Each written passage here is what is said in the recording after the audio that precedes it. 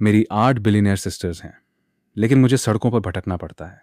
नींद आए तो ब्रिज के नीचे सो जाता हूँ, भूख लगे तो जंगली कुत्तों से खाना छीनता हूँ, क्योंकि पैदा होते ही मुझे स्विच करके कूड़ेदान में फेंक दिया गया था। किस्मत से स्क्रैप चुनने वाले एक दादाजी ने मुझे बचा लिया और अपने सगे पोते की तरह रखा। लेकिन बैड लक, 1 साल पहले वो भी मुझे छोड़कर चले गए। मैं फिर से एक अकेला अनाथ बन गया, जिसे सर्वाइवल के लिए भीख मांगनी पड़ती है। जब भी मैं किसी प्रिटी सिस्टर को देखता तो उनसे थोड़े खाने की रिक्वेस्ट करता। वो काइंड हार्टेड सिस्टर्स मुझे इतना कमजोर देखकर कुछ ना कुछ दे ही देती थीं। फिर एक दिन एक काइंड सिस्टर ने मुझे पैनकेक और कोला खरीद कर दिया। मैं खुशी खुशी अपने ब्रिज वाले ठिकाने पर भागा। ब्रेकफास्ट एंजॉय करने के बाद मैंने क्रॉस लेगेड बैठकर अपना मेडिटेशन और ट्रेनिंग स्टार्ट कर दिया। पिछले कुछ दिनों से मुझे लगातार एक ही ड्रीम आ रहा था। सपने में एक अंकल मुझे स्किल्स सिखा रहे थे, choreography, chess, music, painting, medicine और मार्शल आर्ट्स कल्टीवेशन। शुरू में मुझे लगा कि यह बस एक नॉर्मल ड्रीम है, लेकिन सपने में सीखी हुई हर एक डिटेल मेरे माइंड में छप गई थी। हर बार ट्रेनिंग के बाद मेरी बॉडी एकदम रिलैक्स और हल्की फील होती, जैसे मैं हवा में उड़ सकता हूं। इसलिए जब भी टाइम मिलता मैं ध्यान लगाकर अपनी प्रैक्टिस में खो जाता। जब मैंने दोबारा आंखें खोली तो सूरज ढलने वाला था और पेट में फिर से चूहे कूदने लगे। मैंने पत्थर के नीचे से अपना ब्लैक बॉक्स निकाला। यही मेरी इकलौती प्रॉपर्टी थी, जिसमें भीख मांगकर जमा किए गए कुछ कॉइन्स और नोट्स थे। मैंने कुछ पैसे निकाले और सीधा सिटी की तरफ भागा। रास्ते में पब्लिक मुझे कभी तरस तो कभी डिस्गस्ट वाली नजरों से देखती, पर मुझे आदत हो चुकी थी, मैंने इग्नोर कर दिया। मैं सीधा उस ओल्ड लेडी के फूड स्टॉल पर गया जहां मैं अक्सर जाता था। मुझे देखते ही उन्होंने स्माइल किया और पूछा, शाओ चैन, आज किसी ने तुम्हें बुली तो नहीं किया? तुम्हारा पेट भरा या नहीं? ये सुनकर मैंने उन्हें उस काइंड सिस्टर के बारे में बताया जिसने मुझे पैनकेक दिलाया था और अपने घर ले जाना चाहती थी। ग्रैंडमा ने प्यार से मेरे सिर पे हाथ फेरा और बोली, हमारा शाओ चैन है ही इतना क्यूट, कोई भी इसे पसंद कर लेगा। फिर उन्होंने मुझे एक हॉट लंच बॉक्स थमा दिया। मैंने बॉक्स लिया, उन्हें बाय बोला और वापस ब्रिज की तरफ दौड़ पड़ा।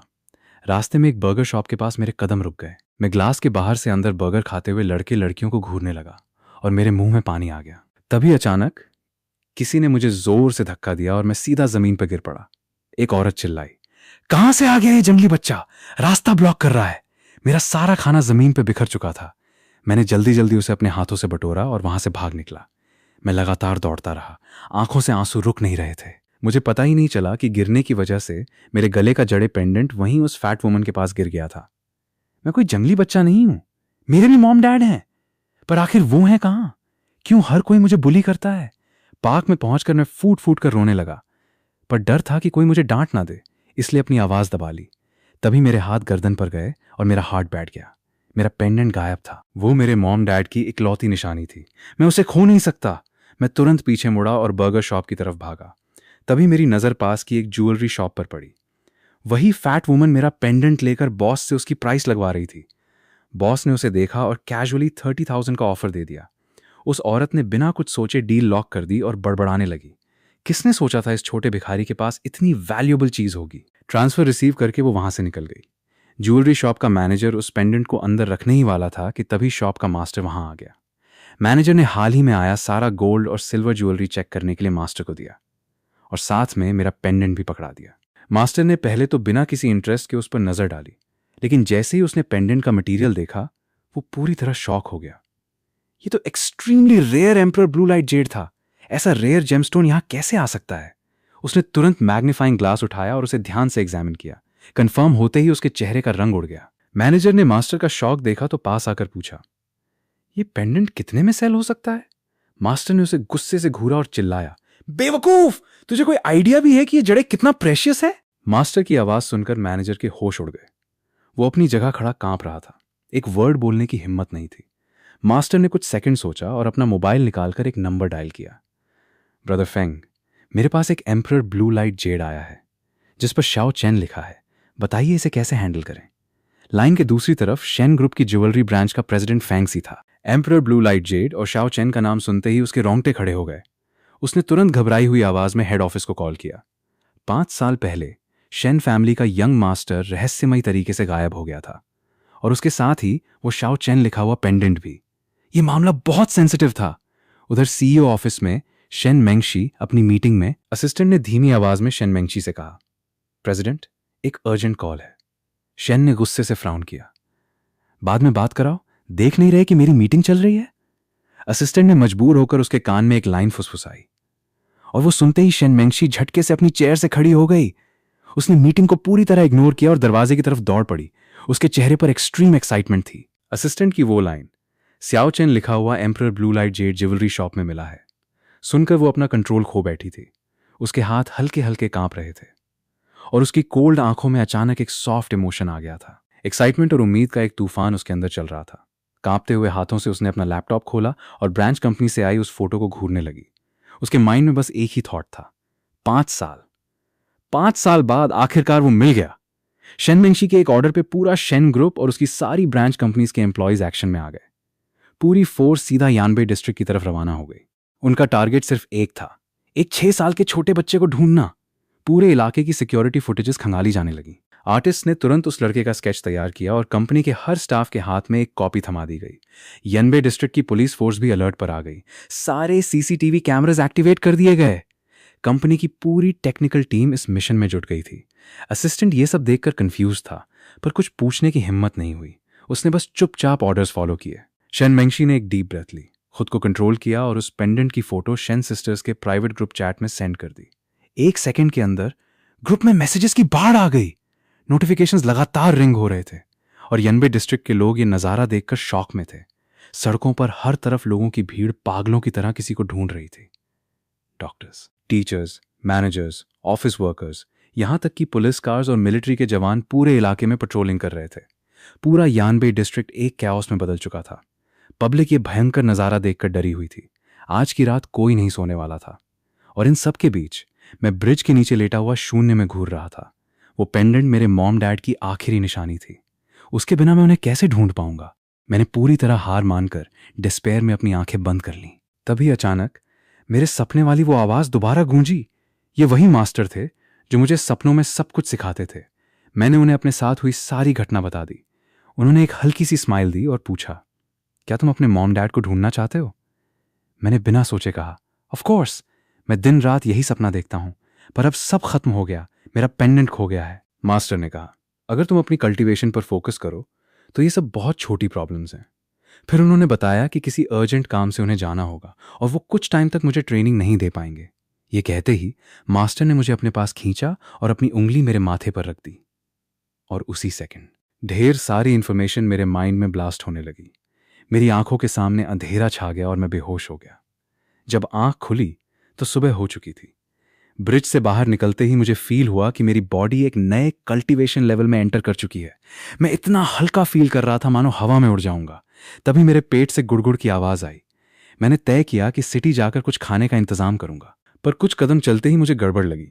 एक के बाद एक पुलिस कार्स पेट्रोल कर रही थी और दूर कैमोफ्लेज यूनिफॉर्म में मिलिट्री खड़ी थी। मैं डर के मारे छुपते छुपाते एक पतली गली में घुस गया। वहां एक छोटा व्हाइट डॉग मुझे देखकर अपनी टेल हिलाने लगा। मैं नीचे बैठा और पूछा, क्या तुम्हारा भी कोई ओनर नहीं है? उसने सच में अपना सिर हाँ में हिलाया। मैंने पूछा, तो क्या तुम मेरे साथ चलोगे? वो तुरंत 2 बार भौंका और उछलकर मेरी गोदी में आ गया। मैंने उसे प्यार से सहलाया। मैं लिटिल ब्लैक के साथ खेल ही रहा था कि मुझे लगा कोई मुझे घूर रहा है। मैंने सिर उठाया तो देखा, कैमोफ्लेज पहने 2 मिलिट्री वाले हाथों में एक फोटो लिए मुझे ही स्कैन कर रहे थे। वो मेरे पास आए और स्माइल करते हुए पूछा, क्या तुम शाओ चेन हो? मैंने घबराकर हाँ में सिर हिलाया और 2 कदम पीछे हट गया। फिर उन्होंने मुझे एक और फोटो दिखाई। मैंने पास जाकर देखा तो वो मेरा खोया हुआ पेंडेंट था। मैं एक्साइटेड होकर चिल्लाया, ये मेरा है, क्या आप मुझे ये वापस दे सकते हैं? दोनों मिलिट्री वाले खड़े हुए और मुस्कुराकर बोले, ऑफ कोर्स। इतना कहकर उन्होंने अपना वॉकी टॉकी निकाला और सारी टीम्स और डिपार्टमेंट्स को अलर्ट कर दिया, जल्दी सनशाइन एवेन्यू पर असेंबल हो जाओ। कुछ ही मिनट्स के अंदर मिलिट्री की भारी force, police cars, army trucks और लग्जरी कार्स की लाइन ने मुझे चारों तरफ से घेर लिया। पुलिस ने कॉशन टेप लगाकर पूरा चौराहा ब्लॉक कर दिया। मेरे दिल की धड़कन तेज हो गई। ओह माय गॉड, क्या यहां किसी मूवी की शूटिंग चल रही है? उसी वक्त यानबे मिलिट्री बेस के कमांडर ने अपना फोन रखा और गहरे सोच में पड़ गया। इतना बड़ा ऑपरेशन आखिर किस लिए? ये शेन फैमिली सच में बहुत मिस्टीरियस है। ऊपर से डायरेक्ट ऑर्डर्स आए हैं कि हमारी आर्मी उन्हें सपोर्ट करे, और यहां मैं इस भारी भरकम सिक्योरिटी को देखकर अंदर से बुरी तरह डर चुका था और मेरे आसपास पब्लिक की भीड़ बढ़ती जा रही थी। तभी लग्जरी कार्स का एक पूरा कॉन्वॉय वहां आ पहुंचा और हर कार के आगे एक गोल्डन स्टैचू लगा हुआ था। कॉन्वॉय मेरे ठीक सामने आकर रुका। कार का दरवाजा खुला और एक बेहद गॉर्जियस सिस्टर बाहर आई। वो शेन मेंगशी थी। मुझे हड्डियों के ढांचे जैसा कमज़ोर, फटे कपड़ों में और डरा हुआ देखकर उसके दिल में जैसे किसी ने सुई चुभा दी हो। शाओ चेन, मैं तुम्हारी सिस्टर हूं, जल्दी मेरे पास आओ। वो नीचे बैठी और मुझे एक बेहद वार्म स्माइल दी। मैं थोड़ा ऑकवर्ड हो गया। सिस्टर? मेरी कोई सिस्टर नहीं है, शायद आपको कोई मिसअंडरस्टैंडिंग हुई है। ये सुनकर वो बेचैन हो गई। 5 साल पहले तुम्हें किसी ने स्विच कर दिया था। तुम्हारे पास जो पेंडेंट था वो मॉम डैड का गिफ्ट है। मैं तुम्हारी फैमिली हूं। उसकी बातें सुनकर मैं सुन्न रह गया और उसे हैरानी से देखने लगा। क्या ये सच में मेरी सिस्टर है? शेन मेंगशी ने देखा कि मेरा डर अब कम हो रहा है। उसने प्यार से मेरा हाथ पकड़ा और कार की तरफ ले जाने लगी।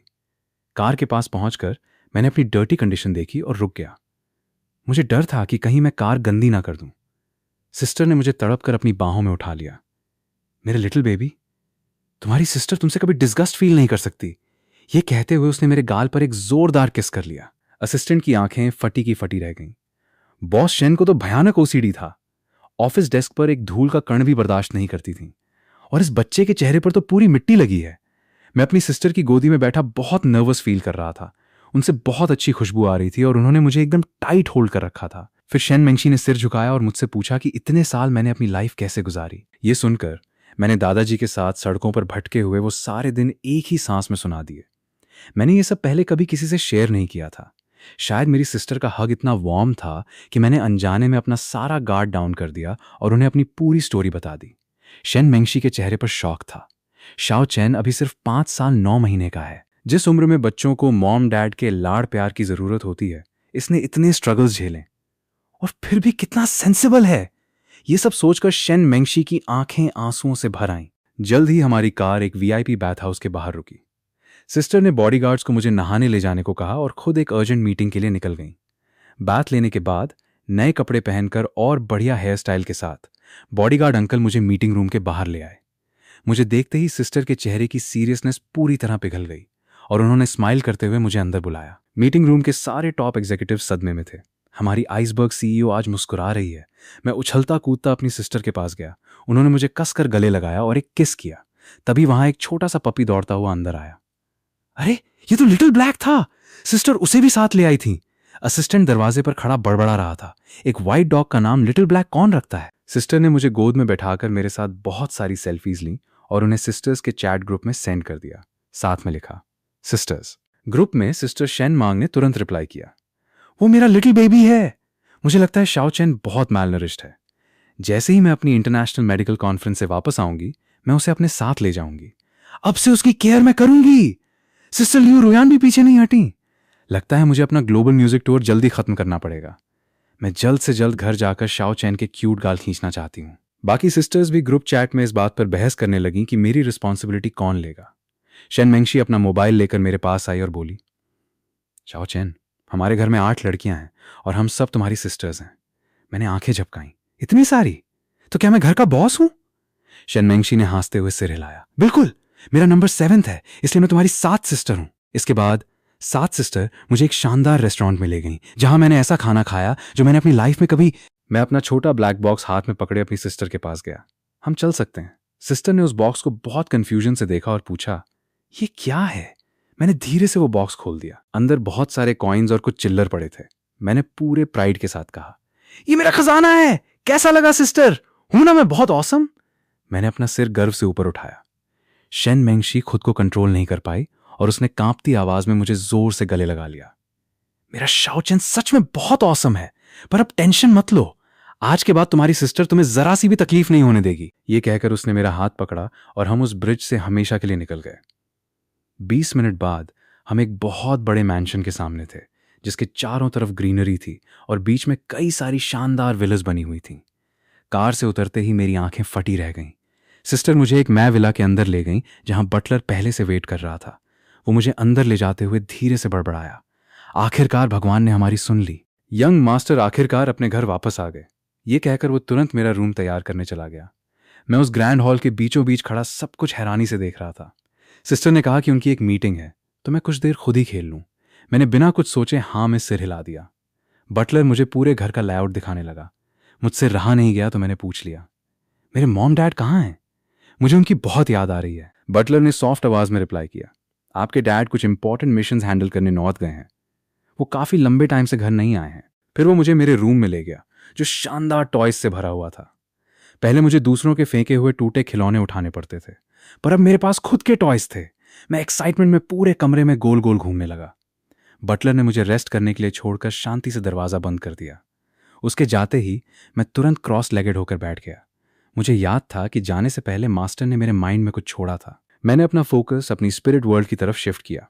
अगर मैं अपनी एनर्जी को शी रिफाइनिंग लेवल तक ले जाऊं तो मैं इस सीक्रेट डायमेंशन को अनलॉक करके उसमें अपने आइटम स्टोर कर सकता हूं। मेरे माइंड स्पेस के अंदर एक मैजिकल रिंग हवा में फ्लोट कर रही थी। मैं जैसे ही पास गया, मास्टर की आवाज़ गूंजी, मुझे एक अर्जेंट मिशन पर जाना पड़ रहा है। इस रिंग में तुम्हारी ट्रेनिंग के लिए कुछ सीक्रेट ट्रेजर्स हैं। ये 6 लाइट ऑर्ब्स तुम्हारा वेट कर रहे हैं। किसी को भी अपनी हिडन पावर्स के बारे में मत बताना। मैंने एक लाइट ऑर्ब के पास जाने का ट्राई किया, लेकिन कोई रिएक्शन नहीं हुआ। शायद मेरी करंट लेवल अभी काफी कम थी। तभी वो मैजिकल रिंग अपने आप मेरी उंगली में आ गई। उसके अंदर ढेर सारे रेयर ट्रेजर्स के छोटे छोटे पहाड़ बने हुए थे।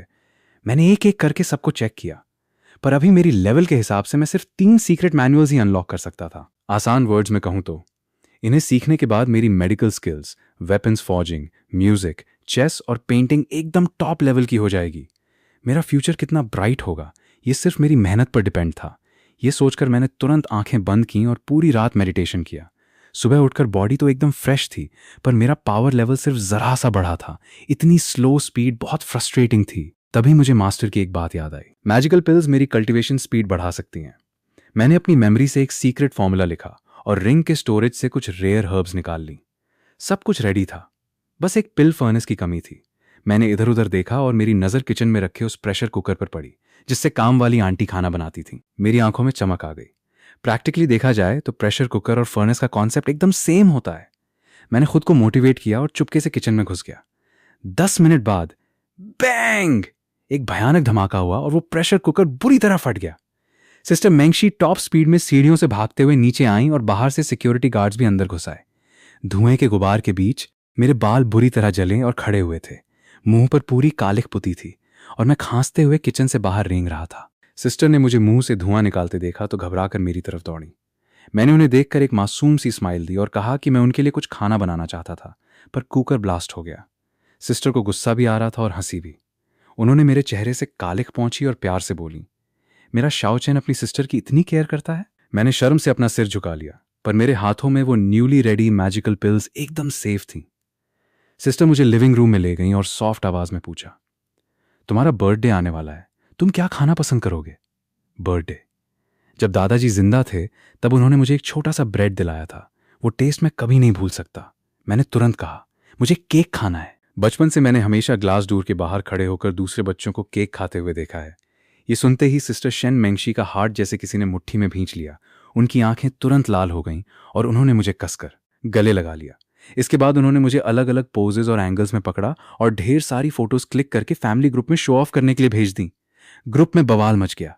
सब 7 सिस्टर पर भड़कने लगी। 7 सिस्टर, तुम हमारे ब्रदर को अगवा कर रही हो, हमें तुरंत घर लौटना होगा वरना तुम सच में उसे पूरी तरह अपने कंट्रोल में ले लोगी। उसी वक्त क्योटो इंटरनेशनल स्टेडियम के बैक स्टेज में व्हाइट ड्रेस पहने एक बेहद ब्यूटीफुल लड़की अपने मोबाइल स्क्रीन को देखकर लगातार मुस्कुरा रही थी।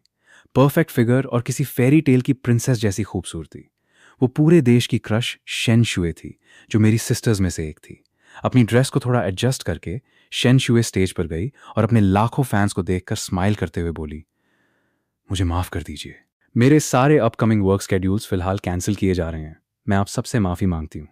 स्टेज के नीचे खड़े सारे फैंस एकदम शॉक में आ गए और चिल्लाकर रीजन पूछने लगे। शेन शुए ने एक प्यारी सी स्माइल दी और बहुत सॉफ्ट लेकिन कॉन्फिडेंट आवाज में कहा, मेरा ये ब्रेक लेना इसलिए जरूरी है क्योंकि मेरा छोटा ब्रदर आखिरकार वापस आ गया है। वो बहुत टाइम तक सड़कों पे भटका है और अब मैं घर जाकर सिर्फ उसके साथ टाइम स्पेंड करना चाहती हूँ। आई होप आप मेरा सिचुएशन समझेंगे। मैं कुछ टाइम बाद जरूर कम बैक करूंगी। ये सुनते ही पूरे स्टेडियम में हंगामा मच गया। भीड़ में से एक लड़के ने पूरी जान लगाकर चिल्लाया, टेंशन मत लो मेरी वाइफ, तुम जाकर मेरे साले साहब का ध्यान रखो, मेरा पूरा सपोर्ट है। ये सुनते ही उसके आसपास के लड़के उसे घूरने लगे और चिल्लाए, ओए वो साला मेरा है। पूरा स्टेडियम ठहाकों और मजेदार हंगामे से गूंज उठा। ठीक उसी वक्त नेशनल एजुकेशन रिसर्च सेंटर के हेडक्वार्टर में सिस्टर शेन डुओडुओ अपनी बॉस वाली चेयर पर बैठी थी। इंटरनेशनल फेमस प्रोफेसर्स पर नजर डालते हुए वो अपनी जगह से खड़ी हुई और अनाउंस किया, मैं कुछ टाइम के लिए हुएक्सिया वापस जा रही हूँ। प्रोफेसर बीके मेरी पोजीशन संभालेंगे। सबकी शॉक्ड नजरों के बीच शेन डुओडुओ बिना किसी हेजिटेशन के मीटिंग रूम से बाहर निकल गई। इधर हुएक्शिया के शेन फैमिली एस्टेट में मैं छुपकर अपनी न्यूली रिफाइंड मैजिकल पिल्स लेकर अपने रूम में वापस आया। दिल में थोड़ा गिल्ट फील हो रहा था। ये फर्स्ट टाइम था जब मैंने 7 सिस्टर से झूठ बोला था, लेकिन मास्टर ने कहा था कि मेरी पावर्स के बारे में किसी को पता नहीं चलना चाहिए। मैंने मन ही मन सोचा, फ्यूचर में कोई अच्छा चांस देखकर सिस्टर से अपोलोजाइज कर लूंगा। कंपनी पहुंचते ही 7 सिस्टर अपने बिजी वर्क में लग गई और मुझे असिस्टेंट शाओमेंग को सौंप दिया। उसे इंस्ट्रक्ट किया कि आज मुझे एक मोबाइल फ़ोन दिला दे। शाओमेंग ने नॉट किया और मुझे साथ लेकर दिन का प्लान शुरू किया। शाओमेंग सिस्टर ने मुझे बहुत घुमाया, ढेर सारे स्नैक्स दिलाए और एक ब्रांड न्यू मोबाइल भी खरीद कर दिया। कार में बैठे बैठे मैंने क्यूरियोसिटी से पूछा, शाओमेंग सिस्टर, क्या आपको पता है पिल फर्नेस कहाँ मिल सकता है? माइक्रोवेव तो बहुत डेंजरस है। वो झटके से पलटी। पिल फर्नेस? वो किस काम आता है? मेरे पास कोई जवाब नहीं था। मैंने अपना क्यूट मोड ऑन किया और उसका हाथ हिलाते हुए कहा, प्लीज सिस्टर, मेरे लिए ढूंढ दो ना। शाओमेंग मेरी क्यूटनेस देखकर हंस पड़ी और अग्री कर गई। उसने कुछ कॉल्स किए और प्रेसिडेंट शेन को रिपोर्ट देना भी नहीं भूली। करीब 1.5 घंटे ड्राइव के बाद हम सियान्यू डाओइस्ट टेम्पल पहुंच गए। मैं एक्साइटमेंट में कार से कूदा और इधर उधर पिल फर्नेस ढूंढने लगा। फर्नेस तो नहीं दिखा, पर 2 जाने पहचाने चेहरे जरूर दिख गए। मैं दौड़कर उनके पास गया और हाथ हिलाकर बोला, काइंड सिस्टर, क्या आपको मैं याद हूं? ये वही लिन शाओए और उसके फ्रेंड्स थे जिन्होंने ब्रिज के पास मुझे पैनकेक दिलाया था। वो पलटकर मुझे ब्लैंक फेस से देखने लगे। मैंने तुरंत एक फनी फेस बनाया और उस दिन वाली ब्यूटीफुल एक्टिंग की। लिन शाओए की आंखों में चमक आ गई। उसने मुझे पहचान लिया। शाओ चैन। उसने मुझे ऊपर से नीचे तक स्कैन किया और शॉक में बोली, तुम तो पहले से एकदम अलग लग रहे हो। फिर उसे याद आया कि कैसे वो मुझे घर ले जाना चाहती थी, पर मैं गायब हो गया था। उसने थोड़े गुस्से में पूछा, तुम भाग कहाँ गए थे? मैंने सिर खुजाया और शाइनेस से बोला, मुझे मेरा घर मिल गया। मेरी सिस्टर्स ने मुझे ढूंढ लिया। लिन शाओए ने मेरे कपड़ों और मेरे साथ खड़े बॉडीगार्ड्स और शाओमेंग को देखा। वो समझ गई कि मेरी फैमिली कंडीशन अब काफ़ी अच्छी है। उसके चेहरे पर एक रिलीफ वाली स्माइल आ गई। लिन शाओए यहाँ अपनी मदर के लिए प्रे करने आई थी, जिन्हें स्टमक कैंसर था, पर उसने ये बात शेयर नहीं की। हमने थोड़ी बातचीत की, कॉन्टैक्ट्स एक्सचेंज किए और अलग हो गए। मेरा दिमाग अभी भी पिल फर्नेस पर अटका था। मैं जल्दी से हॉल में गया और अचानक एक कॉर्नर में मुझे एक येलो ब्लैक पिल फर्नेस दिखी गया। हॉल के बीच में एक चालाक सा दिखने वाला ओल्ड प्रीस्ट बैठा था, जो उस टेम्पल का ओनर था। मुझे फर्नेस को घूरते देख वो बिना मेरे कुछ बोले ही स्माइल करते हुए बोला, लिटिल फ्रेंड, क्या तुम्हें मेरा पिल फर्नेस पसंद आ गया? मैंने उसे इग्नोर किया और शाओमेंग सिस्टर की तरफ देखकर अपनी पपी आइज वाली ब्यूटीफुल एक्टिंग शुरू कर दी। शाओमेंग मेरी एक क्यूटनेस कहाँ रेजिस्ट कर पाती। उसने नॉड किया और प्राइस नेगोशिएट करने उस ओल्ड प्रीस्ट के पास चली गई। प्रीस्ट ने शाओमेंग को देखा और एक उंगली उठाते हुए बोलने ही वाला था कि 15,000 से कम में नहीं दूंगा, पर शाओमेंग ने डायरेक्ट बोल दिया, 100,000? ज्यादा एक्सपेंसिव नहीं है।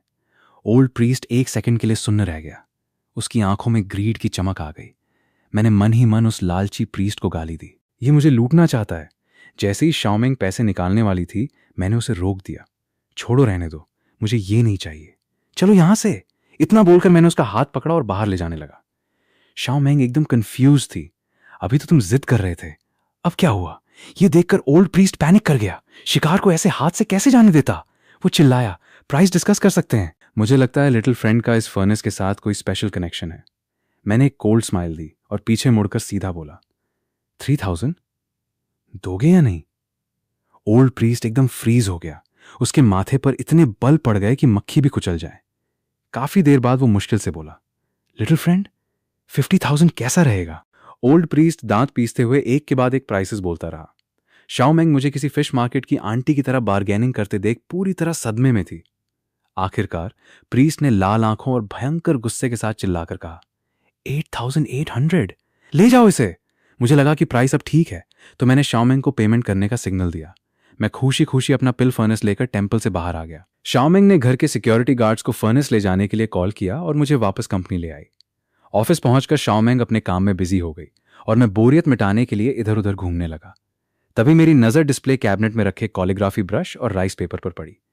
टाइम पास करने के लिए मैंने पेपर को ऑफिस डेस्क पर फैलाया, ब्रश उठाया और लिखना शुरू किया। मेरा हर एक स्ट्रोक और हर एक मूवमेंट किसी म्यान से निकली हुई स्वॉर्ड की तरह शार्प और पावरफुल था। 7 सिस्टर शेन मेंगशी अपनी मीटिंग खत्म करके वापस लौटी। मुझे गहरी नींद में सोते देख वो दबे पांव डेस्क के पास आई। डेस्क पर फैले ब्रश और पेपर देखकर वो बड़बड़ाई, शाओमेंग ने यह सब इसे खेलने के लिए क्यों दे दिया? वो उसे साफ करने ही वाली थी कि उसकी नजर मेरी लिखी हुई पोएट्री पर पड़ी। वो पूरी तरह सुन्न रह गई। ये प्रोपोर्शंस, ये आर्टिस्टिक विजन, ये तो एकदम मास्टर लेवल का है। उसके मुंह से शौक के मारे एक हल्की सी चीख निकल गई, जिससे मेरी आंख खुल गई।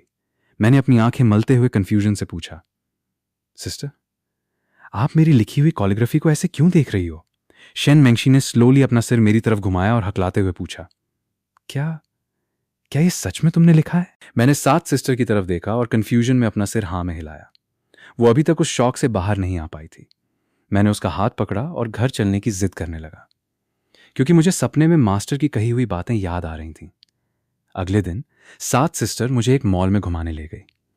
हम एक शॉप के अंदर गए जहां हर तरफ अलग अलग तरह के जड़े स्टोन्स रखे हुए थे। 7 सिस्टर ने कॉलेज में पर्ल और जड़े अप्रेजल की स्टडी की थी, इसलिए वो बड़े इंटरेस्ट से उन्हें देख रही थी। पर उसे लगा कि मैं बोर हो जाऊंगा, तो उसने मुझे अम्यूजमेंट पार्क ले जाने का डिसीजन लिया। तभी एक ओल्ड वुमन हमारे पास आई। उसे 7 सिस्टर का ऑरा बहुत स्पेशल लगा, इसलिए उसने हमें ऊपर फ्लोर पे बनी प्रीमियम जड़े शॉप में इनवाइट किया। मैंने अपना सिर झुकाकर गले में लटके उस emperor blue light Z pendant को देखा और मेरे माइंड में एक आइडिया आया। अगर मैं अपनी सारी सिस्टर्स के लिए कुछ प्रेशियस जेड सेलेक्ट करूं तो वो पक्का बहुत खुश होंगी। ये सोचकर मैंने 7 सिस्टर का हाथ पकड़ा और सीधा जेड स्क्वायर के अंदर ले गया। ये जगह बहुत मैसिव थी और हर तरफ मर्चेंट्स जोर जोर से चिल्लाकर अपना सामान बेच रहे थे। एंशिएंट एम्परर्स के ड्रैगन रोब्स, किंग डायनेस्टी के मास्टर्स का बनाया हुआ ब्लू एंड व्हाइट पोर्सलन, शिनजियांग का आइस टाइप जड़े, वहां सब कुछ अवेलेबल था। मैंने अपनी आंखें बंद की और अपने डिवाइन सेंस को चारों तरफ स्प्रेड कर दिया, लेकिन वहां कोई भी प्रेशियस जड़े नहीं था। सब चीप क्वालिटी के डिफेक्टिव पीसेस थे। फिर सिस्टर मुझे लेकर और अंदर की तरफ गई। मैंने अपने डिवाइन सेंस से हर एक स्टोन को स्कैन करना कंटिन्यू रखा। अचानक मेरे डिवाइन सेंस को एक स्ट्रांग सिग्नल मिला। आखिरकार मुझे एक ट्रेजर मिल ही गया। मैं सिस्टर को खींचकर एक स्टॉल के पास ले गया। उस स्टॉल के आगे एक बड़ा सा प्लास्टिक बैग रखा था जिस पर कुछ पत्थर पड़े थे। मेरी नज़र सीधे कॉर्नर में रखे एक पिच ब्लैक स्टोन पर गई। मैंने आंखें बंद करके उसे डिटेल में प्रोब किया। बिल्कुल, ये वही है। मैंने तुरंत उस स्टोन को उठाया और बॉस से पूछा, ये कितने का है? बॉस ने बताया कि इस छोटे से स्टोन की प्राइस 50,000 है। मैंने बिना किसी हेजिटेशन के हाँ कहा और पेमेंट करने के लिए रेडी हो गया। बॉस ने मुझे इतना ईजिली राजी होते देखा तो उसे लगा कि उसने प्राइस बहुत कम बोल दिया। वो तुरंत पलटा और बोला, ये स्टोन सिंगल नहीं बिकेगा। अगर तुम्हें ये चाहिए तो इसके साथ बाकी स्टोन्स का बंडल भी खरीदना पड़ेगा। ये सुनते ही 7 सिस्टर ने गुस्से से फ्राउन किया। क्या तुम ऐसे बिजनेस करते हो? तुम्हें पता भी है मैं कौन हूं? उस मर्चेंट ने अब जाकर 7 सिस्टर को ध्यान से देखा। उसके तो होश उड़ गए। ये तो शेन मेंगशी है। उसने तुरंत एक चापलूसी भरी स्माइल दी। माफ कीजिएगा प्रेसिडेंट शेन, इस स्टोन के लिए पैसे देने की जरूरत नहीं है। अगर आपको पसंद है तो ये मेरी तरफ से गिफ्ट है। मैं हैरानी से 7 सिस्टर को देख रहा था। वाओ, ये तो बहुत ऑसम है। सिर्फ एक लुक से हजारों बच गए। मुझे नहीं पता था कि बिजनेस वर्ल्ड में 7 सिस्टर कितनी रूथलेस मानी जाती है। जो भी उनसे पंगा लेता है उसका एंड बहुत बुरा होता है। 7 सिस्टर ने उस मर्चेंट को एक कोल्ड लुक दिया और मुझे लेकर आगे बढ़ गई। अंदर का पूरा एरिया जड़े स्टॉल से भरा हुआ था। मैंने सिस्टर का हाथ पकड़कर स्वीट टोन में कहा, 7 सिस्टर, मुझे भी स्टोन सिलेक्ट करने हैं। वो लोग कितने मजे कर रहे हैं। 7 सिस्टर ने प्यार से स्माइल की। ओके, जिससे तुम्हें खुशी मिले। जल्द ही हम वेन्यू के रजिस्ट्रेशन डेस्क पर पहुंचे और अपना पर्पस बताया, लेकिन रिसेप्शनिस्ट ने कहा, हमें आपके फंड्स वेरीफाई करने होंगे। अगर स्टोन्स कट करने के बाद आपके पास पेमेंट के पैसे नहीं हुए तो प्रॉब्लम हो जाएगी। यह सुनकर 7 सिस्टर ने बिना टाइम वेस्ट किए एक कार्ड उसकी तरफ फेंक दिया। चियोंगसाम पहने उस ब्यूटीफुल रिसेप्शनिस्ट ने कार्ड लिया और बैलेंस चेक करने चली गई।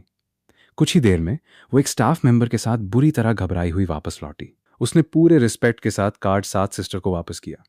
आपके कार्ड का बैलेंस 1 बिलियन है। प्लीज मेरे साथ वीआईपी एरिया में चलिए। आसपास के लोग ये सुनकर शौक से अपना मुंह खुला का खुला छोड़ गए। 1 बिलियन, वो भी इतनी गॉर्जियस औरत के पास। लोगों की लालची नजरों को इग्नोर करते हुए 7 सिस्टर मुझे वेन्यू के अंदर ले आई। मैंने स्टोन्स के प्राइसेस देखे। कुछ 2 लाख के थे और कुछ सस्ते वाले 2,000 के भी थे। मैंने तुरंत अपना डिवाइन सेंस पूरी कैपेसिटी से एक्टिवेट कर दिया। मेरे पीछे खड़ा स्टाफ मेंबर लगातार मेरे सिलेक्ट किए हुए स्टोन्स की लिस्ट बना रहा था। बिलिंग के time total amount around 1.8 million पहुंचा। स्टाफ ने पोलाइटली पूछा कि क्या हम स्टोन्स को यहीं स्पॉट पर कट करवाना चाहते हैं। आसपास खड़ी भीड़ भी एक्साइटमेंट में चिल्लाने लगी, कट करो, कट करो। मैंने सोचा कि घर ले जाकर कट करना सरदर्द होगा, तो मैंने स्टाफ से कहा, यहीं कट कर दो। स्टाफ ने नोट किया, भीड़ को थोड़ा पीछे हटने को कहा और स्टोन कटिंग मशीन ऑन कर दी। मशीन की स्लो स्पीड देखकर मुझे इरिटेशन हो रही थी। इससे तो अच्छा मैं सीधा एक थप्पड़ मारकर ही इसे तोड़ दूं। कुछ देर बाद कटर मास्टर जोर से चिल्लाया, निकल आया। ये सुनते ही पूरी भीड़ में हंगामा मच गया और वेन्यू के दूसरे हिस्सों से भी लोग ये तमाशा देखने के लिए भाग कर आ गए। पहला स्टोन कट होने के बाद कट देखकर समझ आ रहा था कि ये मीडियम क्वालिटी का ग्रीन जड़े है। स्टाफ ने पूछा कि क्या मैं इसे यहीं ऑक्शन करना चाहूंगा। मुझे ऐसे नॉर्मल स्टोन से कोई खास मतलब नहीं था, तो मैंने हाँ कर दी। भीड़ में बिड्स लगनी शुरू हुई और प्राइस 1,40,000 पर लॉक हो गया। फिर दूसरा स्टोन कट हुआ। भीड़ की एक्साइटमेंट और बढ़ गई क्योंकि इस बार एक टॉप क्वालिटी का ब्लैक जड़े निकला था जो 2 लाख में बिका। उसके बाद तीसरा, चौथा और 5वां रॉ स्टोन कट हुआ और सबके सब मिलियंस में बिके। 7 सिस्टर मुझे अजीब सी नजरों से देख रही थी। उसने लकी लोग देखे थे, पर मेरे जैसी सक्सेस को सिर्फ लक नहीं कहा जा सकता था। भीड़ के शोर शराबे के बीच अब सिर्फ आखिरी 2 रॉ स्टोन्स बचे थे। हर कोई सांसें रोककर उन 2 स्टोन्स को घूर रहा था। मैंने स्टाफ को कट कंटिन्यू करने को कहा। कटर मास्टर ने अपनी पूरी लाइफ में आज जैसा सीन नहीं देखा था। वो खुद भी कांपते हाथों से एक्साइटमेंट में काम कर रहा था। मशीन की आवाज के साथ सबकी आंखें उस स्टोन पर टिकी थीं। ये क्या है? स्टोन खुल चुका था, पर अंदर का अजीब सा मटेरियल देखकर सब कंफ्यूज्ड हो गए। किसी ने कहा, ये तो एकदम नॉर्मल ब्लू वाटर जड़े हैं, शायद कुछ 1000 में बिक जाए, पर पिछले वाले स्टोन्स के लेवल का बिल्कुल नहीं है। लेकिन 7 सिस्टर शेन मैंगशी की आंखों में एक तेज चमक आ गई। ये ब्लू वाटर जड़े नहीं है। भीड़ में खड़े कुछ ओल्ड एक्सपर्ट्स तुरंत आगे आए और चिल्लाए, ये एम्परर ब्लू लाइट जेड है, वो भी एक मुट्ठी के साइज का। पूरा वेन्यू गहरी सांसों और शॉक की आवाजों से गूंज उठा। ये एम्परर ब्लू लाइट जेड एकदम उसी मटेरियल का था जो मेरे गले में छोटे से पेंडेंट के रूप में था। आप सोच ही सकते हैं कि ये कितना प्रेशियस होगा। और फिर शुरू हुई bidding. 300 million, 500 million, 700 million, 800 million. पूरे वेन्यू में तहलका मच गया। असल में यह फाइट सिर्फ उयांग फैमिली और गाओ फैमिली के बीच चल रही थी। आखिरकार गाओ जियाजुन ने दांत पीसते हुए चिल्लाया, 1 बिलियन। एक सेकंड में पूरी भीड़ मुड़कर उसे देखने लगी। गाओ जियाजुन ने पूरे प्राइड के साथ भीड़ की तरफ देखा। वो इस अटेंशन को एंजॉय कर रहा था। मैंने उसे मेरी तरफ आते देखा और एक कोल्ड डिसमिसिव लुक दिया। मैं इसे सेल नहीं कर रहा क्या? ए छोटे शैतान, तुम्हारी मुझे बेवकूफ बनाने की हिम्मत कैसे हुई? गाओ जियाजुन गुस्से से फुफकारते हुए बोला। मैंने कभी नहीं कहा कि मैं ये एम्परर ब्लू लाइट जेड बेचूंगा। मुझे ये अपने लिए रखना है। असल में गाओ जियाजुन यहां अपने ग्रैंडफादर को गिफ्ट करने के लिए एक टॉप क्लास जड़े खरीदने आया था, पर एक छोटे से बच्चे ने उसका मजाक बना दिया था। उसने मुझे एक डेडली लुक दिया और अपने बॉडीगार्ड के कान में कुछ कहा। अगले ही पल लगभग 1 डजन बॉडीगार्ड्स मेरी तरफ बढ़ने लगे। तभी 7 सिस्टर की दहाड़ गूंजी। शेन मेंगशी के ब्रदर को छूने की हिम्मत कौन करेगा? उसका ऑरा इतना पावरफुल था कि सारे बॉडीगार्ड्स वहीं दबकर रह गए। शेन फैमिली के इकलौते हेयर पर हाथ डालने की जुर्रत? क्या गाओ फैमिली वॉर स्टार्ट करना चाहती है? मैं एनी टाइम रेडी हूं। Forcefully buy and sell. क्या गाओ फैमिली अब इतनी नीची गिर चुकी है? क्या तुम्हारे ओल्ड मास्टर ने तुम्हें यही सिखाया है? एक के बाद एक ऐसे सवालों ने गाओ जियाजुन को पूरी तरह फ्रीज कर दिया। आसपास खड़ी पब्लिक भी शॉक में थी। तो ये शेन फैमिली की शेन मेंगशी है। 7 सिस्टर ने बॉडीगार्ड्स को एक शार्प लुक दिया और वापस रिलैक्स होकर बैठ गई। क्या अभी एक और स्टोन बाकी नहीं है? Continue cutting. कटर मास्टर इस पूरे ड्रामा से बुरी तरह डरा हुआ था। उसने कांपते हाथों से कटिंग शुरू की। उसने कैजुअली उस न्यूली कट स्टोन को देखा, पर उसे कुछ अजीब लगा। अगले ही पल उसके मुंह से ऑलमोस्ट एक गाली निकलने वाली थी। उसने अपनी आंखें फाड़कर उस स्टोन को घूरा। ये जेडेस का राजा है, एमरल्ड एम्परर ग्रीन। पूरी लाइफ स्टोन्स कट करने के बाद ये फर्स्ट टाइम था जब उसने अपनी आंखों से किंग ऑफ जेड्स को देखा था। उसकी चीख ने वहां मौजूद हर एक इंसान को सुन्न कर दिया। सबने पहले उस मास्टर को देखा और फिर झटके से उस स्टोन की तरफ घूमा। 7 सिस्टर भी अब अपनी चेयर पे नहीं बैठ पाई। वो खड़ी हुई और उस स्टोन को शॉक में देखने लगी। ये सच में king of Jades, emerald emperor green है। शेन मेंगशी को इस स्टोन की असली वैल्यू पता थी। उसने आसपास के लोगों की आंखों में वो भयंकर लालच देखा और बिना डिले किए मुझे लेकर वहां से निकल गई। हमारे जाते ही पूरी भीड़ पागल हो गई। सबने पागलों की तरह वहां बचे हुए सारे रॉ स्टोन्स खरीद लिए। लेकिन सिर्फ मुझे पता था कि उस पूरे वेन्यू में अब एक भी वैल्यूएबल स्टोन नहीं बचा है। इसी बीच कार में बैठे हुए 7 सिस्टर ने खुशी से मेरे गाल पर किस किया। मेरे लिटिल एंसेस्टर, आज तो तुमने जैकपॉट लगा दिया। मैंने अपने मोबाइल पर चेक किया। बैलेंस 8 डिजिट्स में पहुंच चुका था। 7 सिस्टर ने भी अपना फोन चेक किया। 4 सिस्टर का मैसेज था, मैं पहले क्योटो जा रही हूं, मुझे पिक करने मत आना। मैसेज देखकर 7 सिस्टर ने मुंह बनाया। किसने कहा कि मैं तुम्हें पिक करने आऊंगी? फिर उसने मेरी तरफ देखा और मन में सोचा, 4 सिस्टर के आते ही वो पक्का मेरे लिटिल ब्रदर को मुझसे छीनने की कोशिश करेगी। विला लौटकर मैंने वो एम्परर ब्लू लाइट जेड निकाला। ये वेपन फॉर्जिंग के लिए एक मटेरियल था। हालांकि ये एवरेज क्वालिटी का था, पर मेरे अभी के लेवल के लिए काफ़ी था। दूसरी तरफ गाओ फैमिली में गाओ जियाजुन एक सिनिस्टर प्लान बना रहा था। तुम मेरी फायर बुझाने में हेल्प करो। ये कहते ही गाओ जियाजुन ने अपनी सेक्रेटरी को सोफा पर फेंक दिया। उसका मैडनेस से भरा फेस देखकर सेक्रेटरी ने शर्म से सिर झुका लिया। उसी टाइम शेन फैमिली के विला में मैं अपने बेड पर बैठकर फ्लाइंग सॉर्ड फॉर्ज करने की तैयारी कर रहा था। तभी दरवाजा खुला और 7 सिस्टर शेन मैंगशी अंदर आ गई। मैंने पैनिक में तुरंत वो स्टोन छुपा दिया और एक इनोसेंट स्माइल के साथ पूछा, क्या हुआ सिस्टर? 7 सिस्टर ने मेरी घबराहट नोटिस कर ली और एक ईवल स्मर्क के साथ मेरे पास आई। मैं बस ये देखने आई थी कि हमारा शाओ चैन क्या कर रहा है। मैंने जल्दी से एक एक्सक्यूज बनाकर बात घुमा दी। अगर सिस्टर को मेरी पावर्स का पता चल गया तो बड़ी प्रॉब्लम हो जाएगी। 7 सिस्टर शेन मैंगशी ने मेरी आंखों में देखा और एकदम सीरियस टोन में कहा, फैमिली की पीस और हार्मनी के लिए मैंने डिसाइड किया है कि आज से मैं तुम्हारे साथ सोऊंगी। ये सुनते ही मेरे पसीने छूट गए। सिस्टर, मैं 5 साल का हो गया हूं। मैं अकेले सो सकता हूं। मेरी फ्लाइंग सॉर्ड की फॉर्जिंग सिर्फ रात में ही हो सकती थी।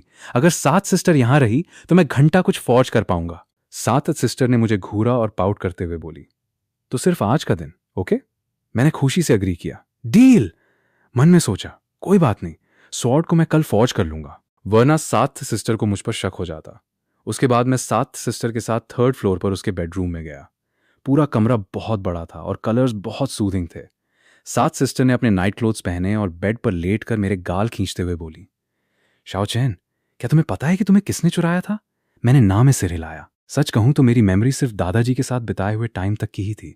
उससे पहले का मुझे कुछ याद नहीं था। 7 सिस्टर ने मुझे देखते हुए धीरे धीरे बोलना शुरू किया, असल में तुम्हें चुराने वालों का कनेक्शन हमारे दादाजी से था।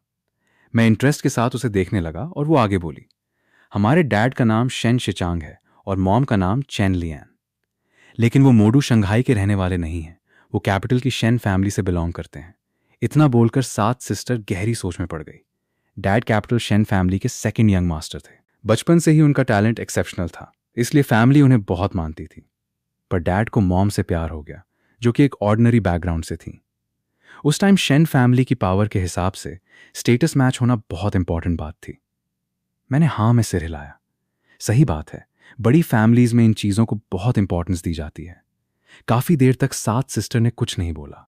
मैंने सिर उठाकर देखा तो 7 सिस्टर सो चुकी थी। कितनी बोरिंग बात है, आधी स्टोरी सुनाकर सो गई। बहुत फ्रस्ट्रेटिंग है। खैर, मैं धीरे से उठा ताकि नीचे जाकर अपनी फ्लाइंग सॉर्ड की फॉर्जिंग कंटिन्यू कर सकूं। लेकिन तभी एक सॉफ्ट और खूबसूरत हाथ ने मुझे जोर से अपनी बाहों में खींच लिया। लगता है आज मैं यहां से भाग नहीं पाऊंगा। मुझे अपनी किस्मत एक्सेप्ट करनी ही पड़ेगी। फिर मैंने धीरे धीरे अपनी आंखें बंद की और 7 सिस्टर की वार्म बाहों में सो गया। अगली सुबह जब मेरी आंख खुली तो बेड पर सिर्फ मैं अकेला था। मैं तैयार होकर नीचे आया और देखा कि 7 सिस्टर ब्रेकफास्ट करते हुए बहुत इंटरेस्ट के साथ अपने फोन में कुछ पढ़ रही है। मैंने पास जाकर देखा तो फोन में न्यूज आर्टिकल्स खुले हुए थे। 5 साल के बच्चे ने निकाला 1 बिलियन का Z, mystery boy in stone market. आधी से ज्यादा ट्रेंडिंग न्यूज मेरी ही थी। 7 सिस्टर ने फ्राउन किया और शाओमेंग को कॉल लगाया। शाओमेंग, पीआर टीम को बोलो शाओ चैन की सारी ट्रेंडिंग न्यूज हटवा दे। मैंने 7 सिस्टर से पूछा, क्या ऐसा करना जरूरी है? उसने सिर उठाकर मुझे देखा, एक हल्की सी कड़वी स्माइल दी, लेकिन कोई रीजन एक्सप्लेन नहीं किया। मैंने भी और सवाल नहीं पूछे। ब्रेकफास्ट के बाद मैं वापस ऊपर गया। मैंने अपना फोन निकाला और वो ट्रेंडिंग न्यूज देखने लगा। कैपिटल की शेन फैमिली।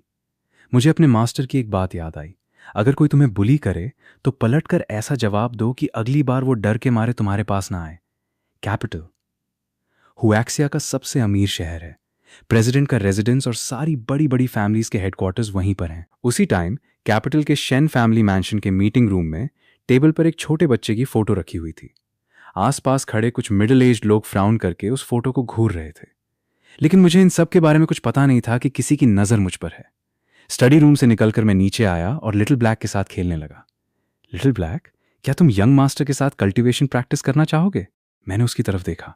लिटिल ब्लैक ने मन में सोचा, मुझे नहीं करना। तुम कितने अच्छे डॉग हो। चूंकि तुमने कोई आवाज नहीं निकाली तो मैं मान लेता हूं कि तुमने हां कह दिया है। आज से तुम यंग मास्टर की सवारी बनोगे। यह कहकर मैंने एक इंटरनल शुई पिल निकाली और उसके मुंह में डाल दी। लिटिल ब्लैक ने मुझे एक अजीब डिस्गस्टेड लुक दिया। क्या ये सच में काम करेगा? मैं लिटिल ब्लैक की कल्टीवेशन के बारे में सोच ही रहा था कि मेरा फोन बज उठा। मैंने नेम चेक किया। लिन शावे सिस्टर का कॉल था। उसने बहुत सिंपल वर्ड्स में कहा कि उसे एक डॉक्टर की जरूरत है। तब जाकर मुझे पता चला कि उसकी मदर को टर्मिनल कैंसर है।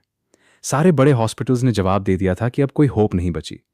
मैंने थोड़ा सोचा और लिन शाओए को अपनी लोकेशन सेंड करने को कहा। मैंने उसे तसल्ली दी कि मैं आकर देखता हूं। लोकेशन मिलते ही मैंने अपनी सिल्वर नीडल्स उठाई और घर से निकल गया। लिन सिस्टर के घर के नीचे पहुंचकर मैंने चेक किया कि कोई मेरा पीछा तो नहीं कर रहा। घर से निकलते ही कुछ मैन इन ब्लैक मेरे पीछे लग गए थे, पर रास्ते में एक सुनसान जगह देखकर मैंने उन सबको ठिकाने लगा दिया था। उनसे पूछताछ करने पर पता चला कि उन्हें कैपिटल की शेन फैमिली ने भेजा था। कोई बात नहीं, लिन सिस्टर का काम खत्म करके मैं उनसे निपट लूंगा, ये सोचकर मैं सीधा ऊपर गया। कमरे में पहुंचते ही मैंने लिन सिस्टर को देखा। कुछ ही दिनों में वो इतनी कमजोर और थकी हुई लग रही थी, मानो कई साल बूढ़ी हो गई हो। इससे साफ पता चल रहा था कि उसकी मदर की कंडीशन बहुत सीरियस है। मैंने ज्यादा कुछ नहीं बोला और उसके साथ बेडरूम में गया। कमरे में रिश्तेदारों की भीड़ लगी थी। बेड पर एक मिडिल एज्ड औरत लेटी थी जिसकी सांसें बहुत हल्की चल रही थीं। यही लिन सिस्टर की मदर थी। मैं बेड के पास गया और बाकी सबको बाहर जाने को कह दिया। कमरे में सिर्फ लिन सिस्टर, उसके फादर और एक ओल्ड चाइनीज डॉक्टर बच गए। मैंने कॉन्फिडेंस से कहा, टेंशन मत लो, अभी भी होप बाकी है। मेरे इतना बोलते ही कमरे में तहलका मच गया। लिन सिस्टर मुझे शौक से देख रही थी। वो लोग शहर के सारे बड़े छोटे हॉस्पिटल्स के चक्कर काट चुके थे और सबका जवाब सेम था। तभी वो ओल्ड डॉक्टर बोला, एक छोटे बच्चे की बड़ी बड़ी बातें। मिसेस लिन की कंडीशन आउट ऑफ कंट्रोल है। मैं सालों से मेडिकल फील्ड में हूं, क्या मुझे नहीं पता? मुझे उससे बहस करने का कोई इंटरेस्ट नहीं था। मैंने पलट कर लिन सिस्टर को देखा। क्या तुम इस बात को सीक्रेट रखोगी कि मैंने आंटी का इलाज किया है? अब तुम लोग दरवाजे के बाहर वेट करो और किसी को भी मुझे डिस्टर्ब मत करने देना। लिन शाओए डाउट में थी, पर वो मुझे एक कॉम्प्लेक्स लुक देकर बाहर चली गई। मैंने अपनी सिल्वर नीडल्स निकाली और अपने डांटियन एनर्जी सेंटर से थोड़ी सी क्वी एनर्जी नीडल्स में चैनल की। फिर मैंने डायरेक्ट अपने हाथ से नीडल थ्रो की। नीडल हवा में तैरती हुई सीधा लिन मदर के लिंगू एक्यूपॉइंट पर जाकर लगी। पास खड़ा ओल्ड डॉक्टर ये देखकर वहीं फ्रीज हो गया। ये फ्लाइंग नीडल टेक्निक है। ना सिर्फ फोर्स एकदम परफेक्ट थी, बल्कि प्रेशर पॉइंट की एक्यूरेसी भी माइंड ब्लोइंग थी। आखिर ये बच्चा है कौन? मैंने अपना फोकस नहीं टूटने दिया। मास्टर की सिखाई हुई टेक्निक से मैंने 18 सिल्वर नीडल्स परफेक्टली अलग अलग एक्यूपॉइंट्स पर लगा दी। कुछ ही देर बाद मैं लिन मदर के पास गया। आंटी, अब आपको अपनी बॉडी कैसी लग रही है? लिन मदर ने आंखें खोली। वो खुद हैरान थी कि उनकी भारी और दर्द से भरी बॉडी अब एकदम हल्की फील हो रही थी। ओल्ड डॉक्टर अभी भी सदमे में था। कांपते हाथों से उसने लिन मदर की पल्स चेक की और उसकी आंखों में डर और हैरानी दोनों छा गए। सारे ब्लॉक्ड एनर्जी पॉइंट्स तेजी से रिकवर हो रहे हैं। ये बच्चा तो साक्षात धन्वंतरी है। ओल्ड डॉक्टर ने पलटकर लिन फादर से कहा, अब घबराने की कोई बात नहीं है, मिसेस लिन की कंडीशन बहुत बेटर है। ये सुनते ही लिन फादर और लिन सिस्टर खुशी से भागते हुए बेड के पास आए। उन्होंने देखा कि लिन मदर अब अपने आप उठकर बैठ सकती हैं। लिन फादर खुशी के मारे मेरे पास आए। लिटिल डिवाइन डॉक्टर, हम आपके इस एहसान को कैसे चुकाएं? क्या मैं जान सकता हूं कि आपके मास्टर कौन है? मुझे खुद नहीं पता था कि मेरे मास्टर कहां हैं, तो मैंने कैजुअली कह दिया, मेरा कोई मास्टर नहीं है। ओल्ड डॉक्टर मुझे घूरते रह गया। बिना मास्टर के ये लेवल? मतलब ये सेल्फ टॉट जीनियस है। लेकिन मुझे ये नहीं पता था कि मेरे गायब होने से शेन फैमिली में भूचाल आ गया है, क्योंकि मेरे सीक्रेट बॉडीगार्ड्स को मैंने रास्ते में ही सुला दिया था। इसलिए अब किसी को नहीं पता था कि मैं कहां हूं। 7 सिस्टर शेन मेंगशी की आवाज में बर्फ जैसी ठंडक थी। मेरा भाई अभी तो घर वापस आया था और फिर से गायब हो गया। अगर बाकी सिस्टर्स को पता चला तो ना जाने क्या होगा। उसने तुरंत विला के सारे स्टाफ को मुझे ढूंढने का ऑर्डर दे दिया। तभी 4 सिस्टर का कॉल आ गया। वो ढेर सारे गिफ्ट्स लेकर खुशी खुशी घर आ रही थी। जैसे ही उसे पता चला कि मैं फिर से गायब हो गया हूं, उसने गुस्से में अपने हाथ का टॉय बुरी तरह कुचल दिया और फोन पे चिल्लाई, शेन मेंगशी, क्या तुम ऐसे ध्यान रखती हो अपने भाई का? मैं जैसे ही घर के गेट पर पहुंचा, एक लग्जरी कार आकर रुकी। मुझे लगा 7 सिस्टर वापस आई है, पर कार से ब्लैक ड्रेस पहने एक बेहद ब्यूटीफुल सिस्टर उतरी। उसने मुझे देखा और पास आकर पूछा, तुम्हारा नाम क्या है? तुम कितने क्यूट हो।